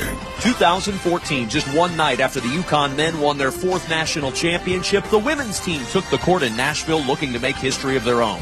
At stake, a 2nd straight title, a perfect season, and a record 9th women's national championship. Standing in their way, Notre Dame, also undefeated in the first ever matchup of 2 unbeatens for the title. Final moments. Banks is going to dribble this one out. 3, 2, 1, and this game is over. We have witnessed women's college basketball history for a record-breaking 9th time. UConn has won the national basketball championship. Move over, Tennessee. The Huskies have the record. It is their night in Nashville. The only other time a school won both men's and women's titles in the same year, 2004, also by UConn. UConn 32, Oklahoma 26 in the men's NCAA tournament 2025 in Raleigh, North Carolina. The Duke Blue Devils have advanced. The Florida Gators have advanced. The Baylor Bears have advanced out of the Big 12. And the former Big 12 compatriots of Baylor, Oklahoma, trailing 32-26. And as they refeed the ball rack to make sure that all the basketballs have a place on the far side, and they are ready to go for possible play in the future, we get you set for the start of the second half. One thing you're watching in the final 20 minutes tonight, Sarah Kustok? I'm going to watch the foul line. Yeah. And what that looks like, how that affects both teams. And that includes the availability of players on the floor and not being in foul trouble, and also some of the extra points, especially for an Oklahoma team that's generated a lot of them from there when they've struggled in their efficiency from the field. 10 for 13 from the foul line, 7 for 24 from the floor. So a grand total of 16 points from the field, 10 from the foul line. Time now for the start of the second half. It's sponsored by Indeed.com. Stop struggling to get your job post seen on other job sites. Indeed's sponsored jobs feature helps you stand out and hire fast. Start at Indeed.com/credit. Kip Kissinger's whistle sounded like it was in your living room. And the inbound from Caravan to McNeely. UConn basketball coming left to right. They'll fan it for Diarra with 2 personal fouls, 11 minutes under his belt today. He'll find ball hemmed in at the far side, bracketed over there. Here's Diarra outside right in the high hands of Fears, finding Caravan, blitzing down the lane. His shot blocked from behind by Wagee, and Oklahoma comes right to left. Goodine moves the dribble to the right side. A shot off the window won't fall for Moore into the corner, and an undercut and a foul. Fears will go to the free throw line. He was chopped down by Solo Ball, who just grabbed his 3rd personal foul for UConn. And you see Danny Hurley shaking his head on the sideline. A frustrating start for UConn. They have a play coming out of the half that they run and execute, yet it ends in a block shot from Oklahoma. And Oklahoma, they can't get off a clean look. Fears comes up with an offensive rebound, puts it up, and he ends up getting fouled and getting to the foul line. Exactly what we were talking about. Yeah, everything coming up Sooners there as the free throw is good for Fears. Ball comes out. Jalen Stewart, a very early entrant here in the second half, a sophomore from Seattle. He played 37 games as a freshman for the title team. The second one is the free throw is good for Fears. He has now a grand total of 13 for Oklahoma. Here is Diarra wheeling into the front court. Fears puts his hands up and says no touching, didn't touch him, no foul. And a takeaway again, a lazy lob pass. Here comes Fears down the lane. Righty shot is good, low on the right side. Dan Hurley has his arms folded as his team has given up almost the entirety of the lead. 32-30, 19:09 to go. McNeely weaving into the front court, fans out to the left with the dribble. Now a right-handed tag for Samson Johnson. Dribble handoff, Stewart sets and fires a 3 right of the circle. It's cash. Jalen Stewart buries a 3, his 23rd of the year, and the Huskies lead by 5. 36% three-point shooter, doesn't always get a ton of run. Inserted here in the second half early, that's a big one. Step back 3 left corner, Duke Miles, rainbow around and out, over the top, nice takeaway by Wagee, but he had it chopped out of his hands, and UConn will come left to right. Stewart on a handoff, Diarra. Screen from Samson Johnson, double screen now McNeely, who rolled and doesn't see the ball. They'll throw it to him on a jumping catch high on the left side. Step back, he bids for 3. Front iron, Johnson's follow is good. UConn rattles off 5 in a row. Samson Johnson inside left. 37-30 UConn, 18-12 to go. Oklahoma walks into the front court. Miles drops it off left side for Wagee. Now for Fears, a pendulum dribble against Diarra, picked up by Caravan. Fears, bent knees, bounces it. Wagee rolling down the lane. He'll drop it off low on the right for a stuff for Moore. Oklahoma within 5, 37-32 down in nickel. 17:48 to go. Diarra watched over by bracket coverage. He'll lob it for Caravan. Hit ahead into the front court. McNeely picking his way through. It's taken away over the top by Wagee. An over-the-head check and a foul called against McNeely with his 2nd personal foul for UConn.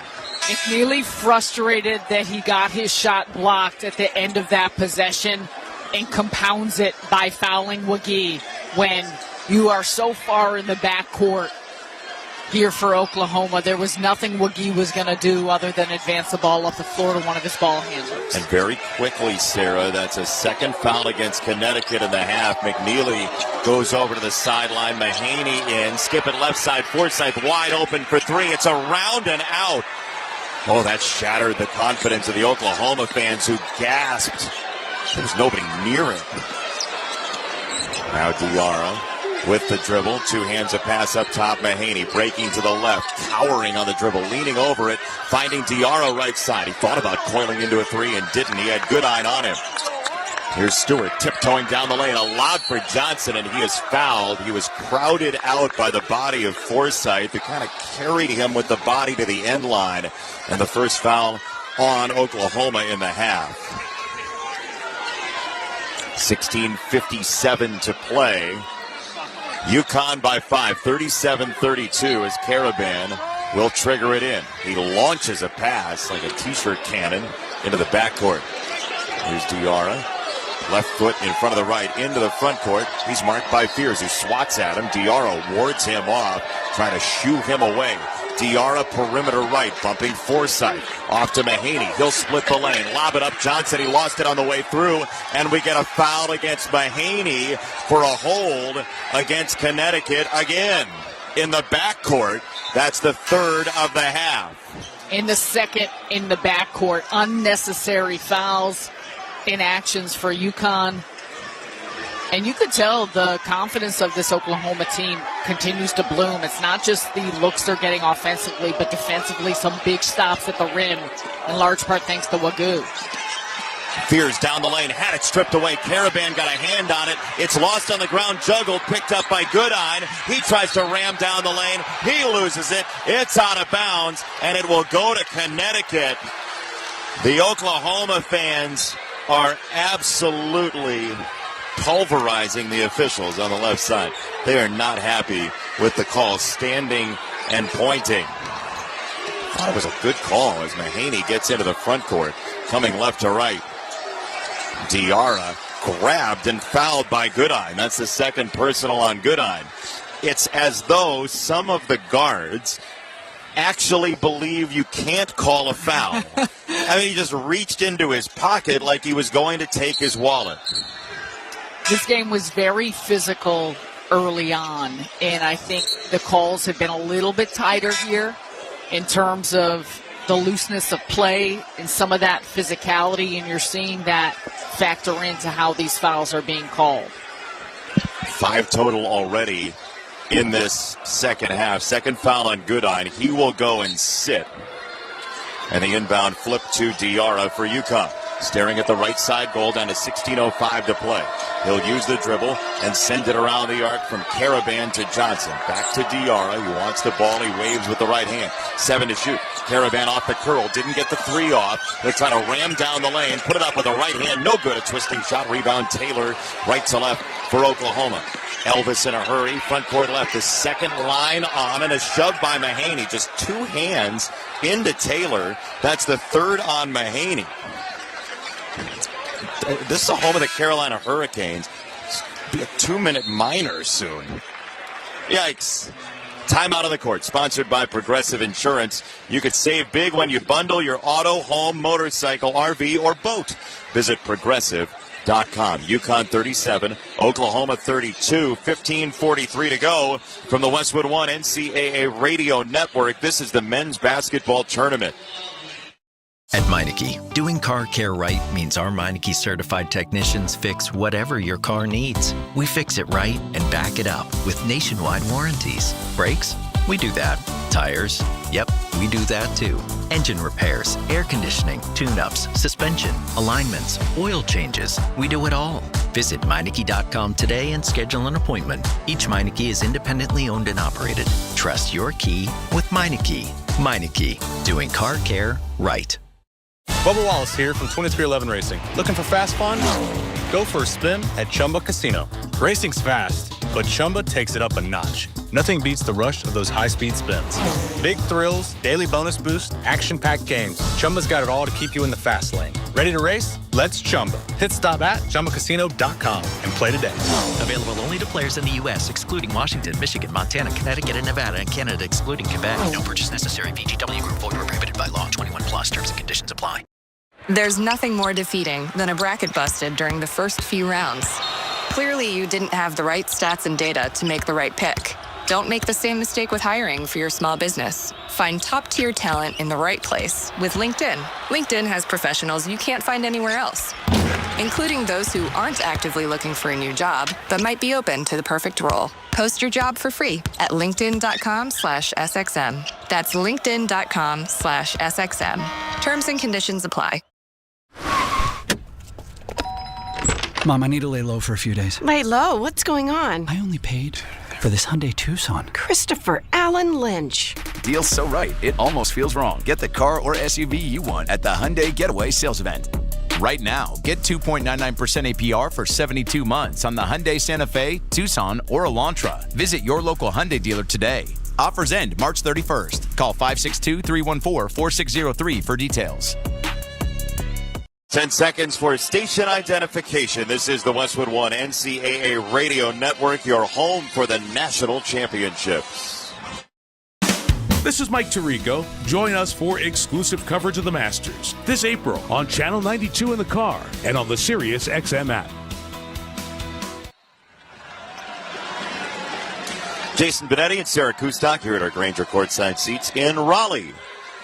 Gain a winning edge for your business with Grainger. Get fast delivery of industrial-grade supplies to help keep your operations going when you call 1-800-GRAINGER or click Grainger.com. It's UConn 37, Oklahoma 32. Connecticut 4 personal fouls, Oklahoma 2 to this point. But Oklahoma, 12 of its 32 points from the foul line as they break the huddles out of the timeout. It was a concern to start this game and just what this would look like. The clean play of UConn and needing to make sure that would remain, and it's allowed Oklahoma to catch a little bit more rhythm when they see it go through from the line. Clinging to life from the foul line here. Elvis hooks a pass down low. McGee turns it left. Forsythe the shot fake. He had McNeely flying at him. He'll drive the baseline, wrap around a pass for Taylor, and it's claimed down on the ground by Samson Johnson. We will have a tie-up, and it's Oklahoma basketball.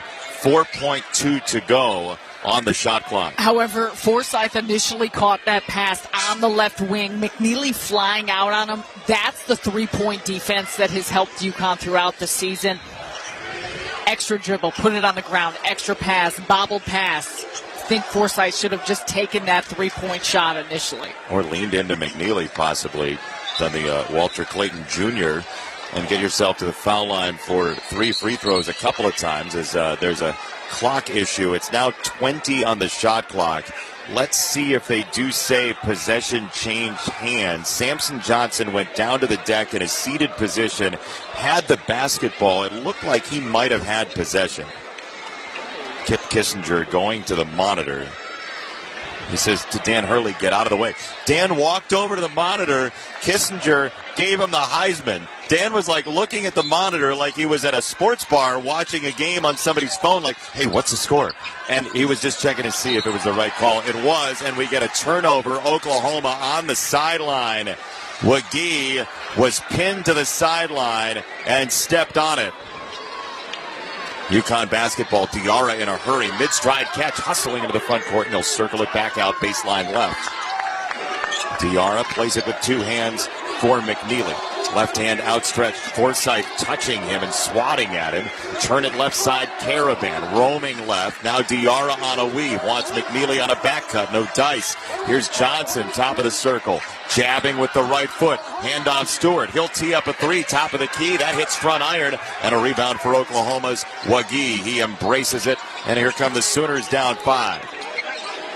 Forsythe gallops into the front court. Johnson pops out on him, and Forsythe is fouled by Samson Johnson, and he was lucky. He was going to stagger into a near travel wide right of the lane. Instead, second on Johnson, 5th on Connecticut. Didn't you think he might walk there, Forsythe? Yeah, potentially. I almost thought he was going to snatch that back, create some space, and take a mid-range look. Instead, we'll have another baseline out of bounds. Key it in, baseline left, and lob it for Jalen Moore, who's been relatively quiet tonight, delivering for Elvis between the circles. With his rainbow shoes, moving to the right wing. He's double-teamed, blitz there. Stewart picks him up. Elvis takes him down the lane. His shot blocked by Terrace Reed Jr. Right back into his hands, though. 3 to shoot. Elvis has to fire right wing. Front iron, no, and the rebound snared by Diarra. Hit ahead, Stewart running down the lane. Layup is good. Perfect pass, Diarra mid-stride to Jalen Stewart. UConn 39-32. We welcome those of you just joining us across our network. The Huskies by 7, 14:07 to play. Two-time defending champs trying to stay alive. Forsythe, right corner, step inside for Oklahoma, and he has it swatted from behind by Diarra. He cleaned him out. Here comes UConn left to right. Diarra, pendulum dribble, back to Caravan. Summit 3, too strong. Rebound low on the left. Terrace Reed Jr. backing in, and he collapses. Wagee. It's a foul called against Terrace Reed Jr., knocking down Wagee like a bowling pin. It's the third on Reed, and Dan Hurley can only smile. Well, on the left block, and part of this from Reed is that he extends his left arm into the body of Wagee. Wagee may have already been falling down a little bit, but it was the extension of the left arm into the body of Wagee that ultimately blew that whistle. With that, the third foul against Terrace Reed Jr. UConn leading by 7, 13:47 to play in this game. Jeremiah Fears does not have a field goal in the second half. 15 points total for him. He moves to the top of the circle, skates to the right, breaks back left. Lefty shot is short. Samson Johnson challenged that and created that shot, falling shy. Caravan zips it corner for Connecticut. McNeely return feed for Caravan. Through Johnson, who cups it with the right hand, scoops it for Diarra right wing. Breaks down the lane, foul line, floater. No, it got to Johnson, and he put it up and in with the right and a foul. It was an alley-oop from Diarra, and Johnson just pushed it up and through for a 9-point UConn lead at 13:15 to go. Two-man game between Johnson and Diarra on the right side of the floor, right there in the slot, setting a screen, working the pick and roll. And that's just a beautiful pass by Diarra to set Johnson up at the rim. Samson Johnson, a skyscraper down there, bends the knees, free throw for a three-point play is a round and out. 41-32, UConn with the lead by 9 at 13:07 to play. Fears pounding the dribble with the left hand, leaning over to the right side. Big push by Moore to get by Diarra, and a block call. He scoops it up and in. 2 and a foul. Jalen Moore just ramrodding down the lane. Huge contact. And it's 41-34 UConn. And Stewart trying to pick up this foul does a good job of getting in front. You said it, Moore goes right through him. Stewart may have been moving just a touch, but that's a really tough call. I think Stewart may have had a case for picking up a charge. Question was, did he get there in time? It was very close as Moore sends himself to the foul line. Free throw is good. So once again, Oklahoma building from the free throw stripe. 41-35 UConn. The Huskies have already committed 7 fouls in the half. Diarra veering to the right, angling through Stewart to Liam McNeely, the freshman. Caravan chucks it left. Diarra right in front of his head coach, Dan Hurley. Diarra clinging to the ball, finding Caravan, top of the circle. 9 to shoot for UConn. Stewart tries to fan it mid-lane. He's got McNeely, who bluffs his shot, steps inside, puts it on the rim, can't score, but he's fouled. 2 free throws for Liam McNeely on the 4th foul against Oklahoma of the half.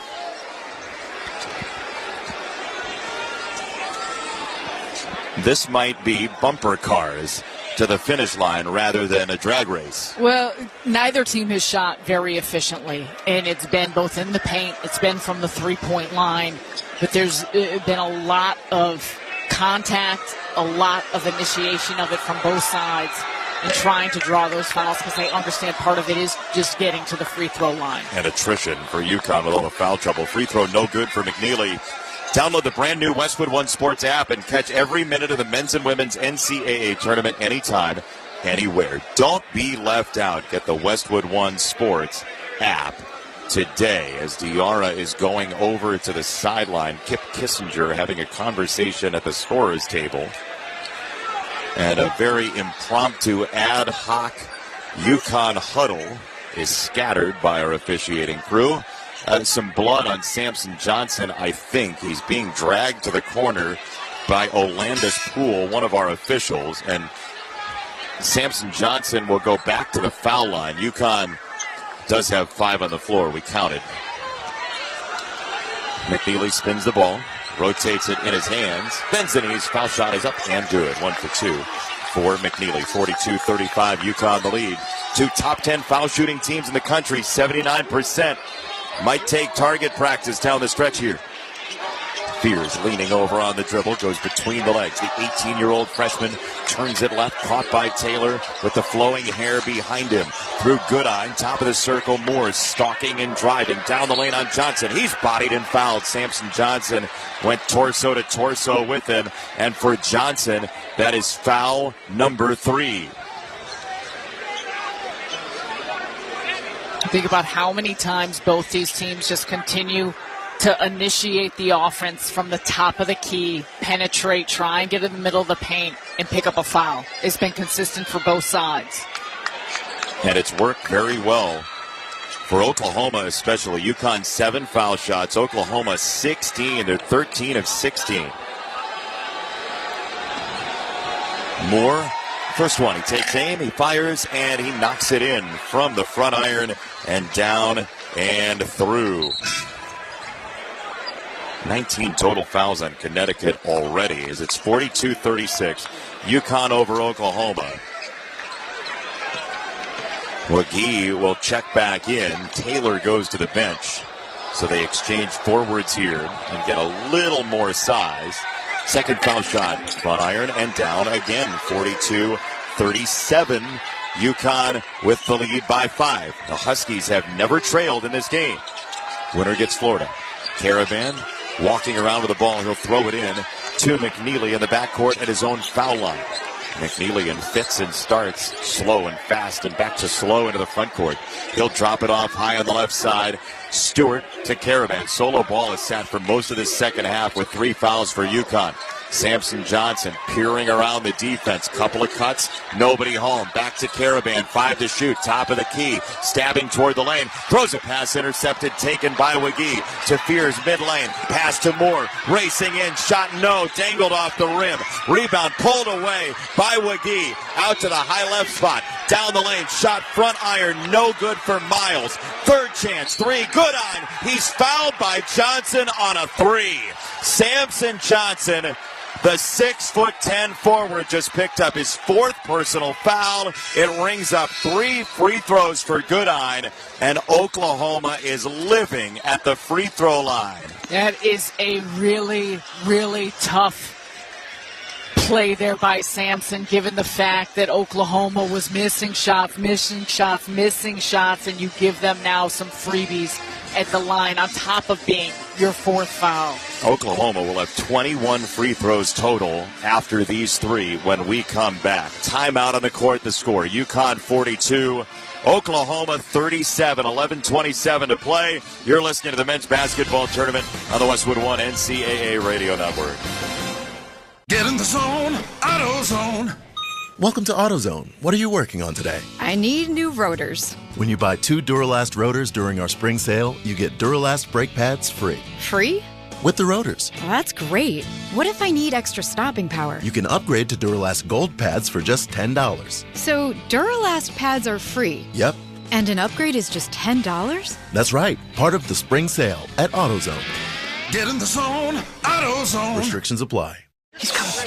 Here he goes. Surprise! Your table saw broke. Also, the warranty expired weeks ago, so you need to pay for a new one out of pocket. At Progressive, we know small business owners don't usually like surprises because they cost you money. But a good surprise that could save you money? Getting a commercial auto quote from Progressive. Oh, and the replacement replacement part you ordered doesn't fit, so it's completely useless. What a waste.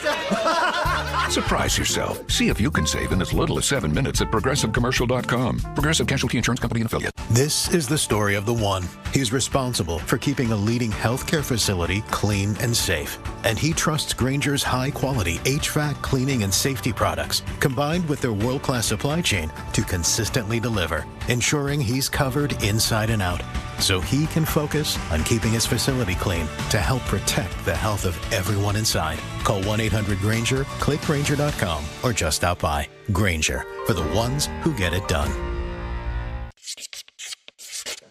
Ball above all. Am I right, y'all?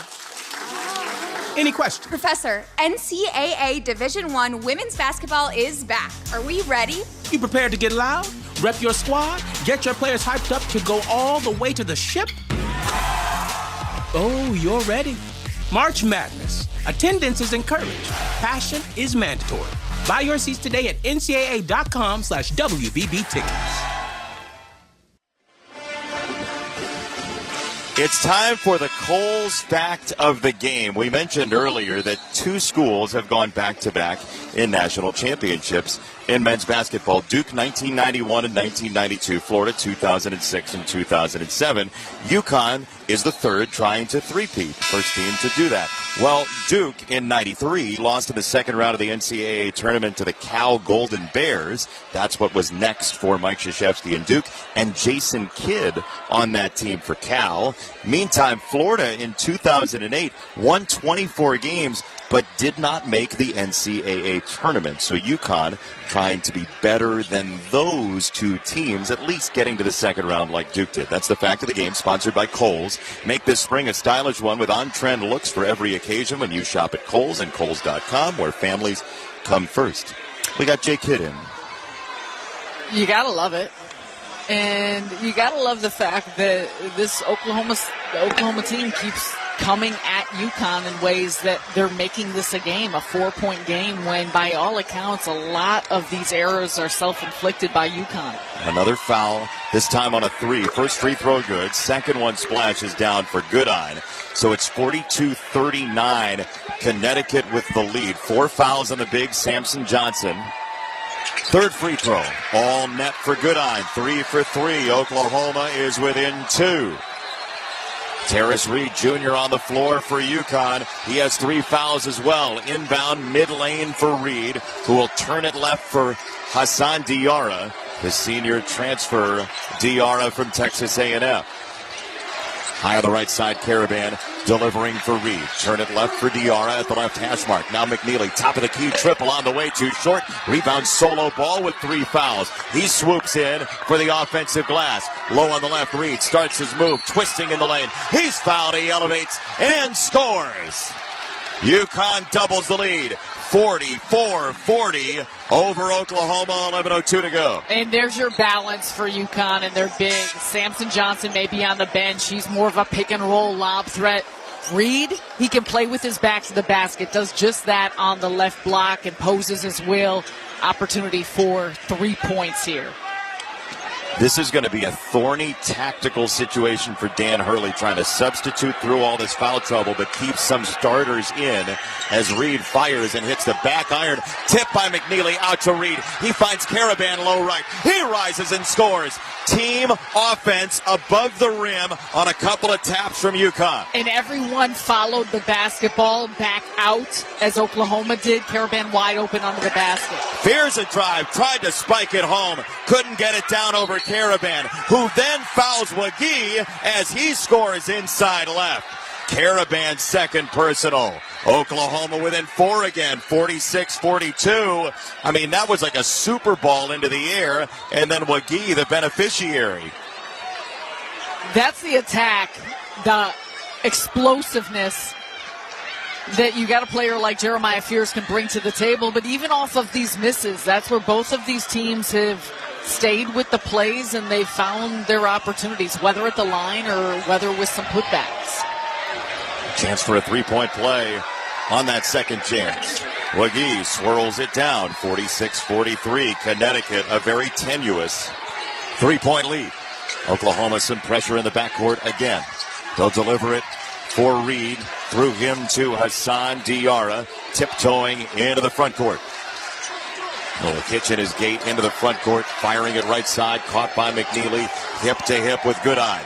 Up to Reed, top of the key, on the prowl, foul line, kills the dribble, turns his back to the goal, 8 to shoot. He's just standing there with the ball, everyone cutting. He'll spit it for Caravan, who's bumped by Goodine. Out to McNeely, 3, 25-footer left wing, no dice. Oklahoma switched everything on that possession. Face guarding, it was very difficult for UConn to move the basketball. Fears swings it down low. It's a 2. Downstairs, Wagee inside right. Oklahoma within 1, 46-45. And a timeout. Dan Hurley. This game is right at the edge of the cliff for Connecticut. A vaunted UConn offense has not been able to run in the same ways because of Oklahoma's defense these last few possessions. We'll see if they can keep that up. And with that, a timeout on the court. The score, UConn 46, Oklahoma 45. 9:54 to go. You're listening to the men's basketball tournament on the Westwood One NCAA Radio Network. Did you know your skin is the largest organ of your body? Huh? That's why you should shower with Old Spice Super Hydration Body Wash instead of plain old bar soap. Love your skin by super hydrating it with vitamin B3 and glorious notes of vanilla and shea. Did you know that my super hydrated skin is the second largest organ of my body? The first is my heart. Old Spice. Men have skin too. Old Spice Super Hydration Body Wash. 24/7 renewing moisture. With daily use. When the grass starts growing, it's time to get mowing with Steel. Whether you're shaping up a small yard or tackling serious acreage, Steel mowers are built to get the job done. Shop in-store or online for 0% financing and instant rebates on select Steel mowers. Steel. Let's go mow. Available for limited time only at participating dealers while supplies last.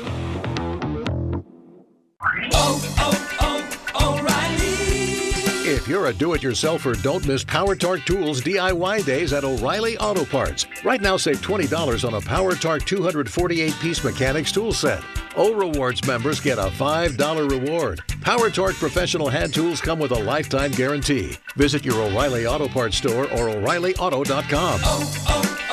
O'Reilly Auto Parts.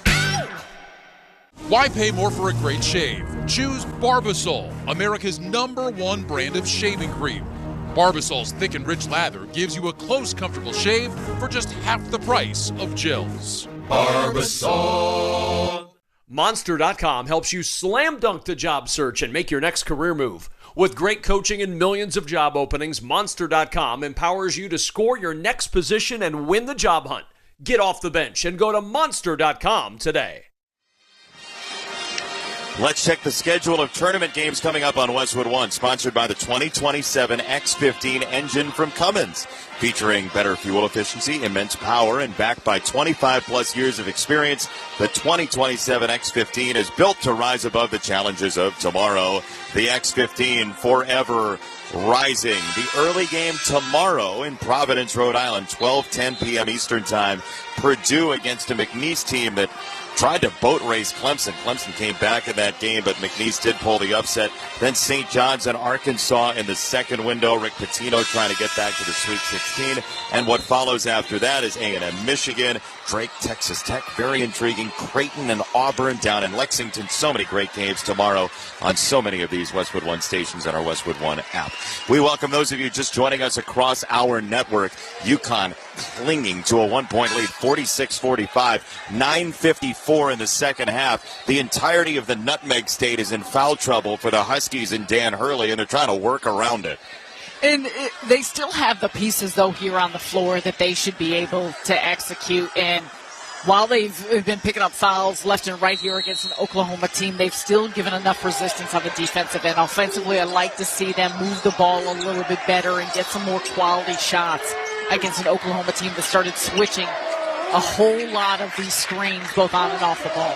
Very willing to, very athletic defensive team. Caravan perimeter right, tucks it into the post. Reed drops the shoulder and gets shoved by Wagee. I mean, they were toe-to-toe like it was a UFC fight weigh-in. Wagee called for his third personal foul of this ball game. And here you can understand why Wagee wasn't really certain where that foul had occurred. Reed turned right into him, had the ball low, and it looked like there was a lot of ball that Wagee had picked up when he was trying to reach in. Sixth foul against Oklahoma second half, so a 1-and-1 coming for UConn soon. Oklahoma has already committed 10 fouls. Ball spins it up top. Here is Reed. Leaning on the dribble, finding Diarra between the circles. McNeely flashed, didn't get it. Now Caravan, short corner right, a pocket pass. Slips through to Diarra, right wing, missed the three. Followed his own shot, but he ran into Reed, and the rebound down for Moore. Boy, Diarra had that sized up, but Reed was a roadblock, a landmine in the middle of it. Oklahoma can take its first lead of the ballgame. 9:10 to go. Fears circling right elbow. Passes low left. Wagee, his shot was altered by Ball. His second chance is good. Underneath the goal, Wagee had it ricochet right back to him, and Oklahoma leads for the first time, 47-46, 9:03 to play. It started with a beautiful pass from Jeremiah Fears as he penetrated to that right elbow, collected two defenders, and Wagee found himself wide open under the basket. Yet another miss initially by Oklahoma right at the front of the rim, but when he picks up that rebound, it gives him a chance for an and one. Doorstep hasn't been kind to Oklahoma, but they do lead for the first time. 47-46. Free throw arches up way short. It almost hit McNeely and the incisors. It came down so fast. And UConn comes left to right, trailing for the first time today. Diarra picks his way into Goodine in front of his coach, Dan Hurley. Toss it left. Here's Diarra. Handoff for Ball. Circling mid-range jumper. That is pure.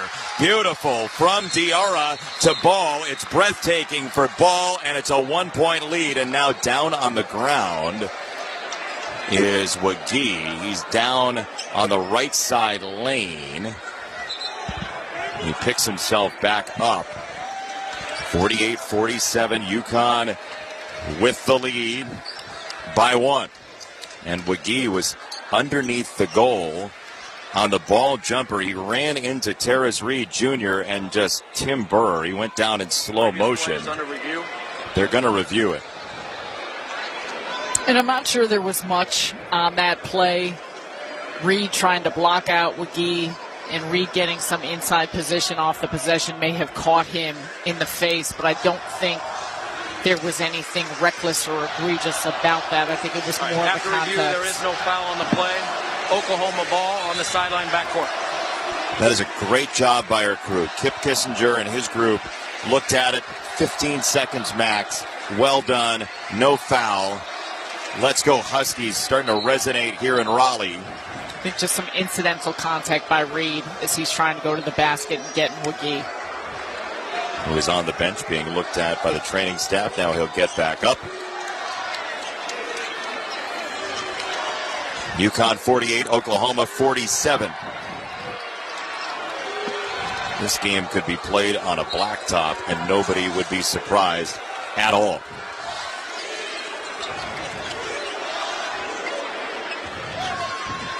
Elvis will inbound it. That's Kobe Elvis.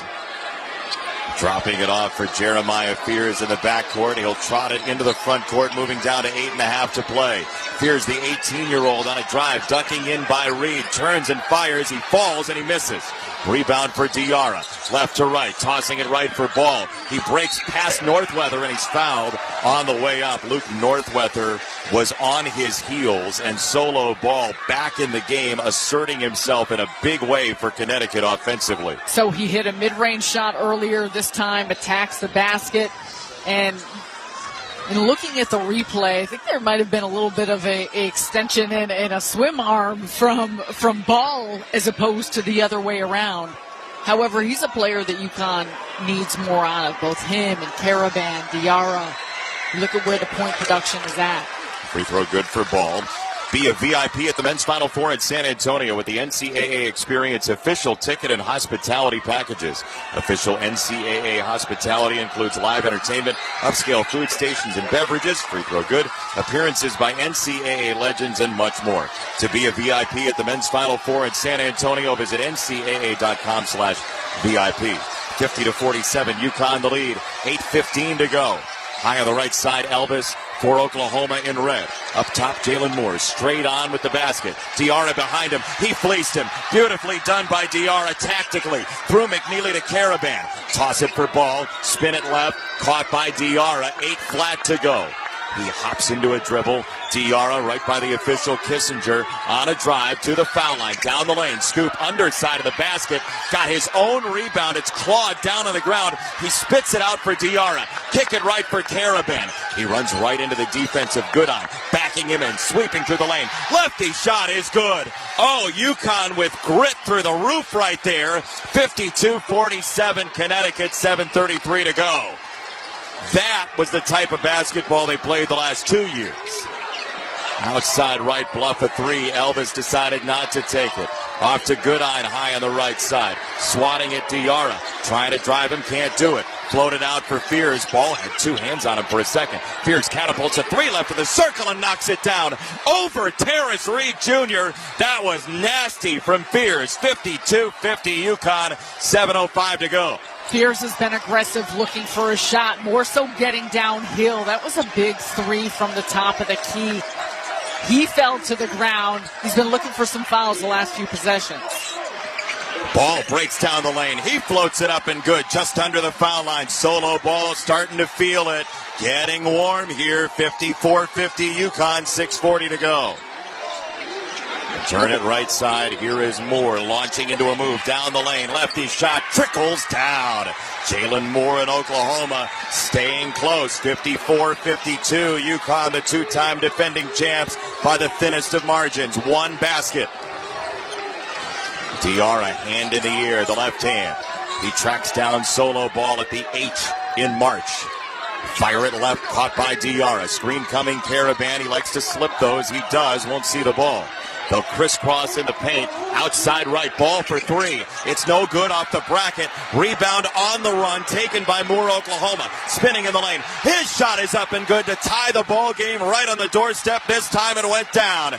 54 all, 5:55 to go. What an 8-9 game. No one getting back in transition for UConn. All the energy to Oklahoma right now. Diarra leans into the dribble. And a whistle down low. It goes against, let's see. It looks like it's against Oklahoma. When we come back, there was a whole thicket of players downstairs, and so we will step aside. It's on Kobe Elvis, so UConn will go to the free throw line when we come back. Timeout on the court, the score, UConn 54, Oklahoma 54, 5:43 to go. You're listening to the men's basketball tournament on the Westwood One NCAA Radio Network. Oh no, stomach issues again? Stomach issues? Who are you? Your pancreas. I could be the real reason for your diarrhea, gas, bloating, stomach pain, or loose oily stools. I thought it was my stomach. People often do, but any of these symptoms could mean having a condition called exocrine pancreatic insufficiency, or EPI. With EPI, the pancreas doesn't release enough enzymes to break down food, but EPI is manageable. Use the symptom checker on identifyepi.com and speak with your doctor. That's identifyepi.com. Sponsored by AbbVie. Workdays can be unpredictable, but your workwear shouldn't be. With the Cintas Apparel Plus program, you'll have freshly laundered garments for everyone on your team delivered every week. Cintas has workwear for just about any job imaginable, with high-performance fabrics and an uncompromising fit that stretches and moves with you. Don't leave looking and feeling good to chance. Visit Cintas.com. Oh, I'm ready! And get ready for the workday. In the face of uncertainty, some things remain steady, like the Cummins 2027 X15. Built on 25 plus years of experience and delivering up to 4% better fuel efficiency in a weight-neutral system, the X15 gives you the strength to move forward fearlessly and confidence that no matter the obstacle, you can and will rise above it. The 2027 X15, forever rising. Estimates based on preliminary testing. Individual results may vary. It's time for basketball, and Uber Eats is dropping deals on game day favorites to keep you locked in on the action. Like when you're craving a buzzer beater, but also buffalo wings. Or when an upset makes you want to ugly cry into a pizza. And right now, Uber Eats has game day deals from McDonald's, Popeyes, Pizza Hut, Wendy's, and hundreds more local favorites. So you can keep your eyes on the ball and your hands on a hamburger. Order now, only on Uber Eats. Product availability varies by region. See app for details.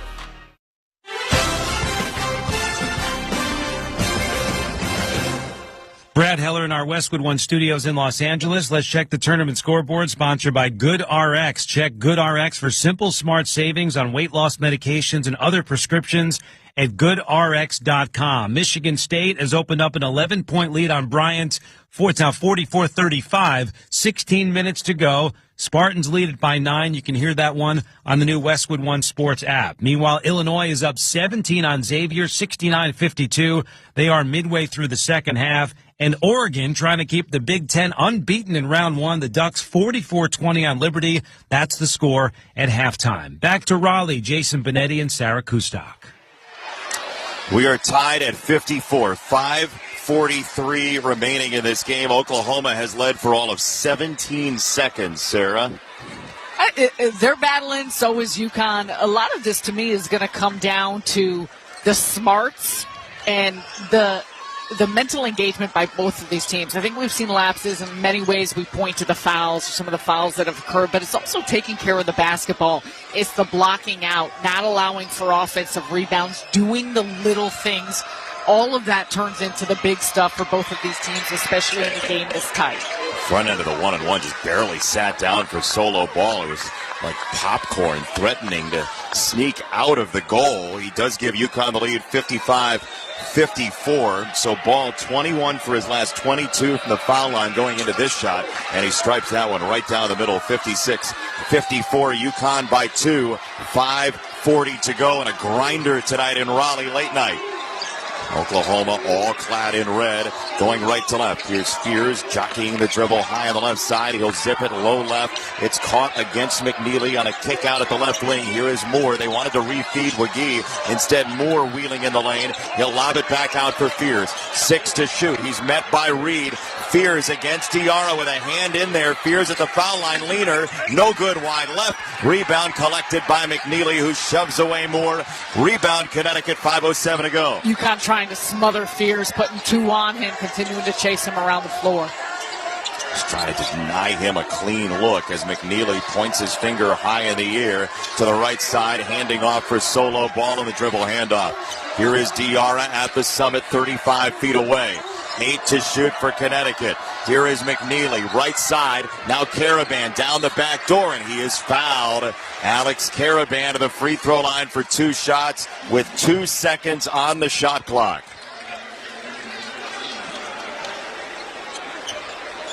Foul is against Moore. That's somehow, there's a guy in this game that just picked up his first personal foul. It's Jalen Moore. And Caravan to the free throw line.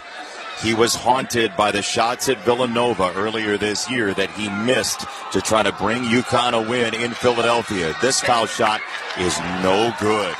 And he really wore that, Sarah, too. I mean, he was open and honest about it, really frustrating. That loss kind of spiraled a little bit, and his shooting wasn't as strong.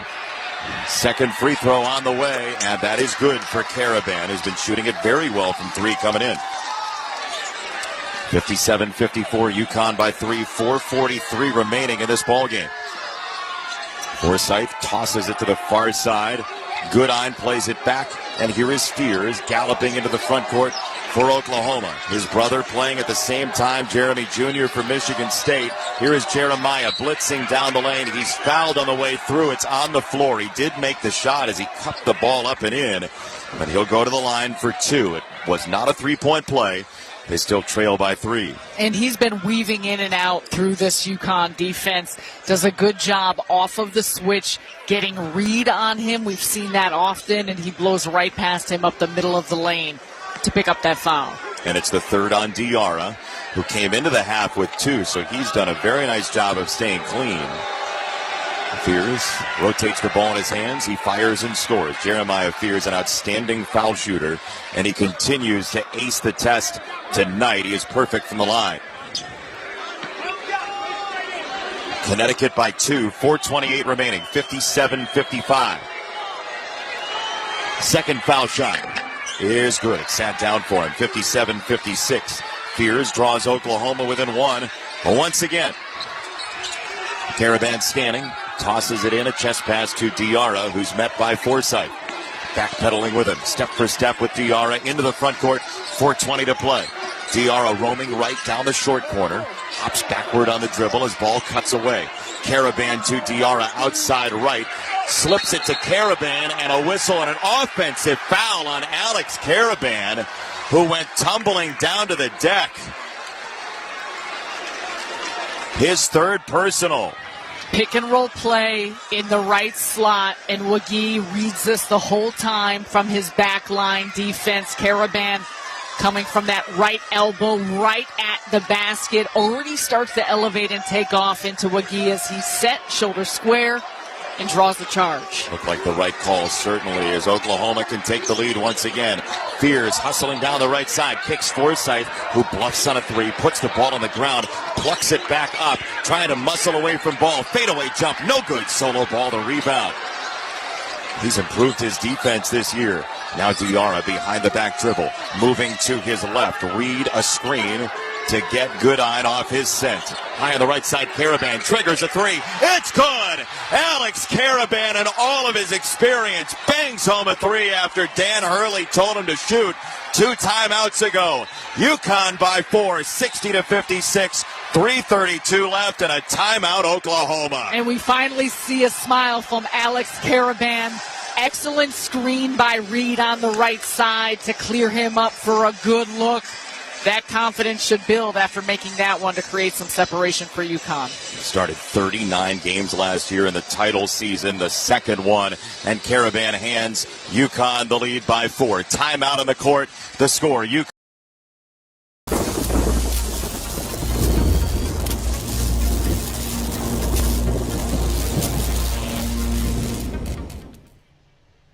What's up, insiders, basketball fans all over the world? Thank you so much for hanging out with us today during March Madness. Oh man, we're having so much fun. We've got streams going for every single game of the tournament. We're tracking our brackets. It's a lot of fun in the chat. Please chat it up. Hit that like button down below and share this link out. That's going to be the best way to bring more basketball fans here to the chat. And we're already seeing thousands of fans come into the first stream of 16 on Thursday. I'm going to let Joe take it home. We appreciate you being here. This is Joe Bowen, the voice of the Toronto Maple Leafs. So like, subscribe, and share, because every click impacts SickKids' mission to heal the future. Come or just stop by. Grainger, for the ones who get it done. O'Reilly. Check engine light on? Take the guesswork out of your check engine light with O'Reilly Veriscan. It's free and provides a report with solutions based on over 650 million vehicle scans verified by ASE certified master technicians. And if you need help, we can recommend a shop for you. Ask for O'Reilly Veriscan today. O'Reilly Auto Parts. Confidence is knowing you're ready to handle whatever comes your way. That's what it feels like to take on your workday with Cintas. They make sure your AEDs are up to date, your fire extinguishers are tested and inspected, your floor mats are cleaned and delivered, and your workwear looks good, feels good, and is freshly laundered with the Cintas Apparel Plus program. So are you ready to take on today? Visit Cintas.com and get ready for the workday. Jason Benetti and Sarah Kustok here at our Granger broadcast position in Raleigh. For the ones who get it done, there's Granger, offering professional-grade products for all industries, fast delivery, and free technical support. Call, click Granger.com, or just stop by. UConn 60, Oklahoma 56, 3:32 to play at the Lenovo Center in Raleigh, North Carolina.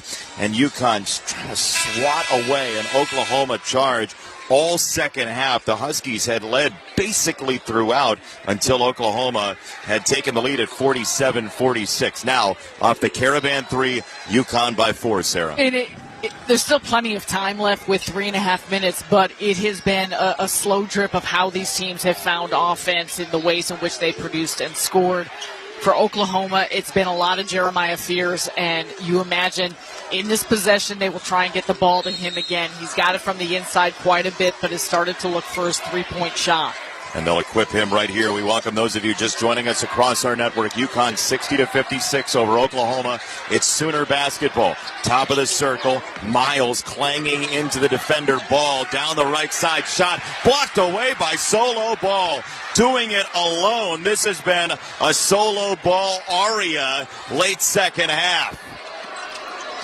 UConn basketball perimeter right. Hassan Diarra with 3:02 to play.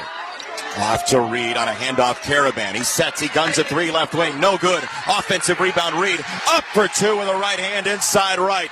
Terrace Reed Jr., the transfer from Michigan, the Big East sixth man of the year, has UConn up 6. Catch at the foul line. Drop it low on the left side. Easy 2 from Miles. His first bucket inside left.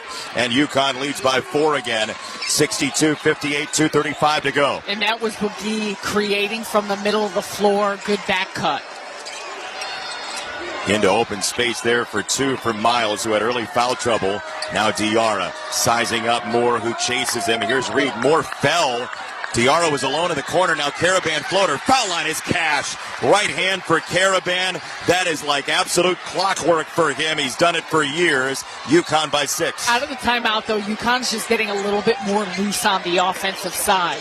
Here's Fears ramming down the lane. Scoop shot against McNeely. No good. Rebound thrown off of the leg of Caravan and out of bounds. Wagee got caught midair and rang it off the leg of Alex Caravan. Well, the possession will still stay here with Oklahoma, but another missed layup by Oklahoma. Fears did all the hard work, got himself to the basket, and just couldn't get the layup to go through. And credit UConn, by the way. 2 fouls the last 6 minutes plus. They had massive foul trouble, and they've staved it off here late. Oklahoma has taken 25 foul shots. 6-point lead for UConn. 3 in the corner. Goodine, deep left corner. It's an air ball, and it's claimed by Caravan, jumping with 2 hands. Let's go Huskies starts to resonate here at the home of the Wolfpack. Diarra leaning over on the dribble, perimeter right. He's defended by Moore in the man-to-man defense for Oklahoma. McNeely shows screen, doesn't use it. Instead, ball high on the left. Off to Diarra, a foot fake, a jab step. He kills the dribble. He tucks it in for Reed. Wheeling in the post, fires with the right hand. No, rebound tap by Caravan out to Oklahoma. And here comes Fears, whipping it left for Miles. He hops into a dribble down the lane. Past Reed, who walls up, and a foul called. Terrace Reed Jr., his 4th personal foul. Reed pleading his case, begging the official on the far side, but the foul called anyway, and Miles will go to the free throw line. Reed may have a case here. Miles once again penetrates on the right side to the right block, and a little bit in watching the replay, a little bit over the top here from Reed. Not quite as vertical as you'd want him, but Miles does a good job in initiating some of that contact into the body of Reed. So Miles sets up shot left foul line. He missed it short. He's an 84% foul shooter. Oklahoma is the 8th best free throw shooting team in the country, and it trickled off the orange tin left. 64-58 Connecticut. 1:19 to go. Miles with the shockingly pink shoes at the left end. He sets his feet. He coils and fires and scores. It's 64-59. Connecticut with the lead. Oklahoma will slap on some pressure. Ball running free, won't get it. UConn does have 2 timeouts. Here's Diarra on the catch, hip to hip with Jalen Moore in the backcourt. At his own foul line, he's got 3 to cross, and he does breach the front court. The senior guard, Hassan Diarra, with 1:08 to play for UConn, up by a nickel. Here's McNeely, the freshman, tossing it left. High top of the key for Terrace Reed Jr. Rips through with the ball, looking left, wanted a fanning Caravan. He won't get it. 6 to shoot. Diarra steps aside, finds Reed down low on the right side, taken away by Fears on the backside. 50 seconds to go. Fears into the front court, tries to scoop a pass, gets hit high in the air, back to Fears, kick out right wing. Here's a drive for Moore, closed off by Caravan low on the right. Shot blocked away by Caravan, claimed by Caravan. 35 seconds to go. Oklahoma's got a foul here. Diarra hooks it past Caravan, tiptoeing at the midline, and he heaves it for McNeely, who's fouled by Wiggy. Time was ticking and ticking away from the Sooners schooner, and with 29.2 to go, UConn goes to the foul line up by 5. As soon as the turnover occurred for Oklahoma, you saw Porter Moser on the sideline emphatically telling his team to come and foul, and UConn continues to play keep away, gets it all the way up the floor, and takes off probably about 8 seconds of game time. That you just can't have go away as McNeely goes to the free throw line. He only has 1 point in the second half. He's missed 11 field goals in a row, but UConn might survive anyway. He bends the knees, he fires, and he scores. Liam McNeely, who had a breakout game at the world's most famous arena in New York City against Gonzaga just short of Christmas time. Then he got hurt, and UConn had to regather itself. Second foul shot is there. UConn by 7, 29.2 to go. Oklahoma has to slam down on the gas pedal now. Inbound for Fears, racing right to left into the front court. He got a screen. He fires at 3 left wing. Front iron, no dice, and a rebound. Block out by Reed. They tap it inbounds to Caravan, who waves with his right arm and says, "Come on, Husky fans, bring the noise." 19.4 to go, 66-59 UConn. The toughness that Dan Hurley has asked for months has come out in a foul-laden Friday night in Raleigh. This is far from a perfect game for UConn, and I think for both of these teams, you look back at a lot of self-inflicted mistakes and areas that made this one as tight as it was, but when it mattered most, these final few minutes, it's been UConn that's made the shots that have been needed and have gotten the stops, the turnovers, and the rebounds that have allowed them now to extend this lead in a comfortable place. First one good, second one no good. Oklahoma right to left, 15 seconds to go. Up the sideline, Moore chucks up a 3 right wing. No, sir. Rebound tap, taken away by Diarra. He will skate free, and the back-to-back defending national champs will survive and take on the previous back-to-back national champs, the Florida Gators, on Sunday in a standoff. What a finish. It looked like Oklahoma may be able to pull off this upset, but the UConn Huskies, some of the pedigree, the championship nature that they had allowed them to be composed down the stretch.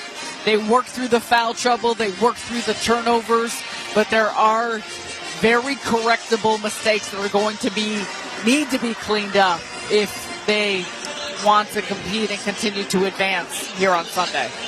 They had to really navigate like a test track for an automobile, all the foul trouble. They ended up with 7 guys with at least 3 personal fouls in this game, and credit to Dan Hurley. We said it about halfway through the second half. How is he going to do this? Keep some starters on the floor and make sure that he's got enough in the gas tank to get to the finish line, and they did. That's what depth does for you, and they were provided with that. Now you have some valuable experience for a handful of players that may be called upon throughout the course of this tournament. They get 11 in the second half for solo ball.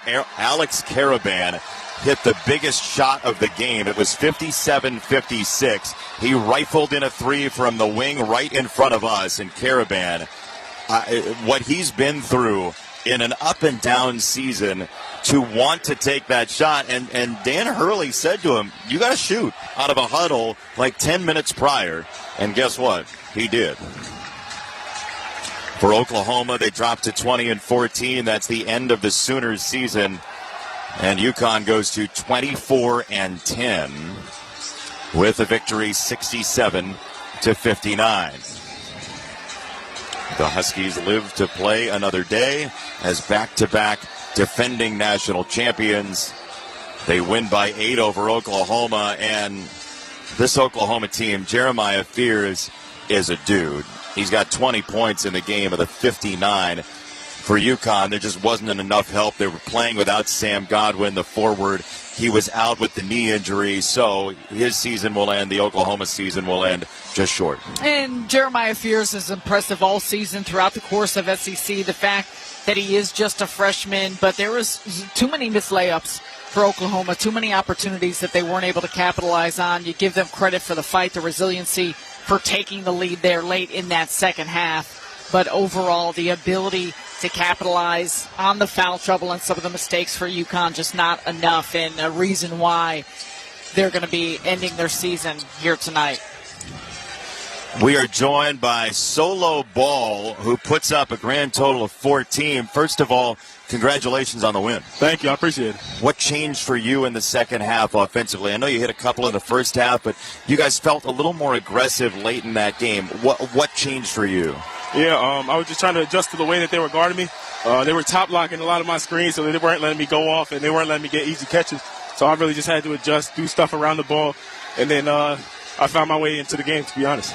Overall for a team, some foul trouble that you had to deal with, and obviously closing things down the stretch. What was the adjustments made, and just how you guys were able to keep your composure to finish this one off? Yeah, exactly that. On defense, we were just focused on not fouling, putting our hands up. Of course, they got a couple calls that did go our way, but I mean, it's basketball, so it's a game of runs. It's plays that people that don't count, so stuff like that, you just got to keep playing and just play through the rest of the game. How proud are you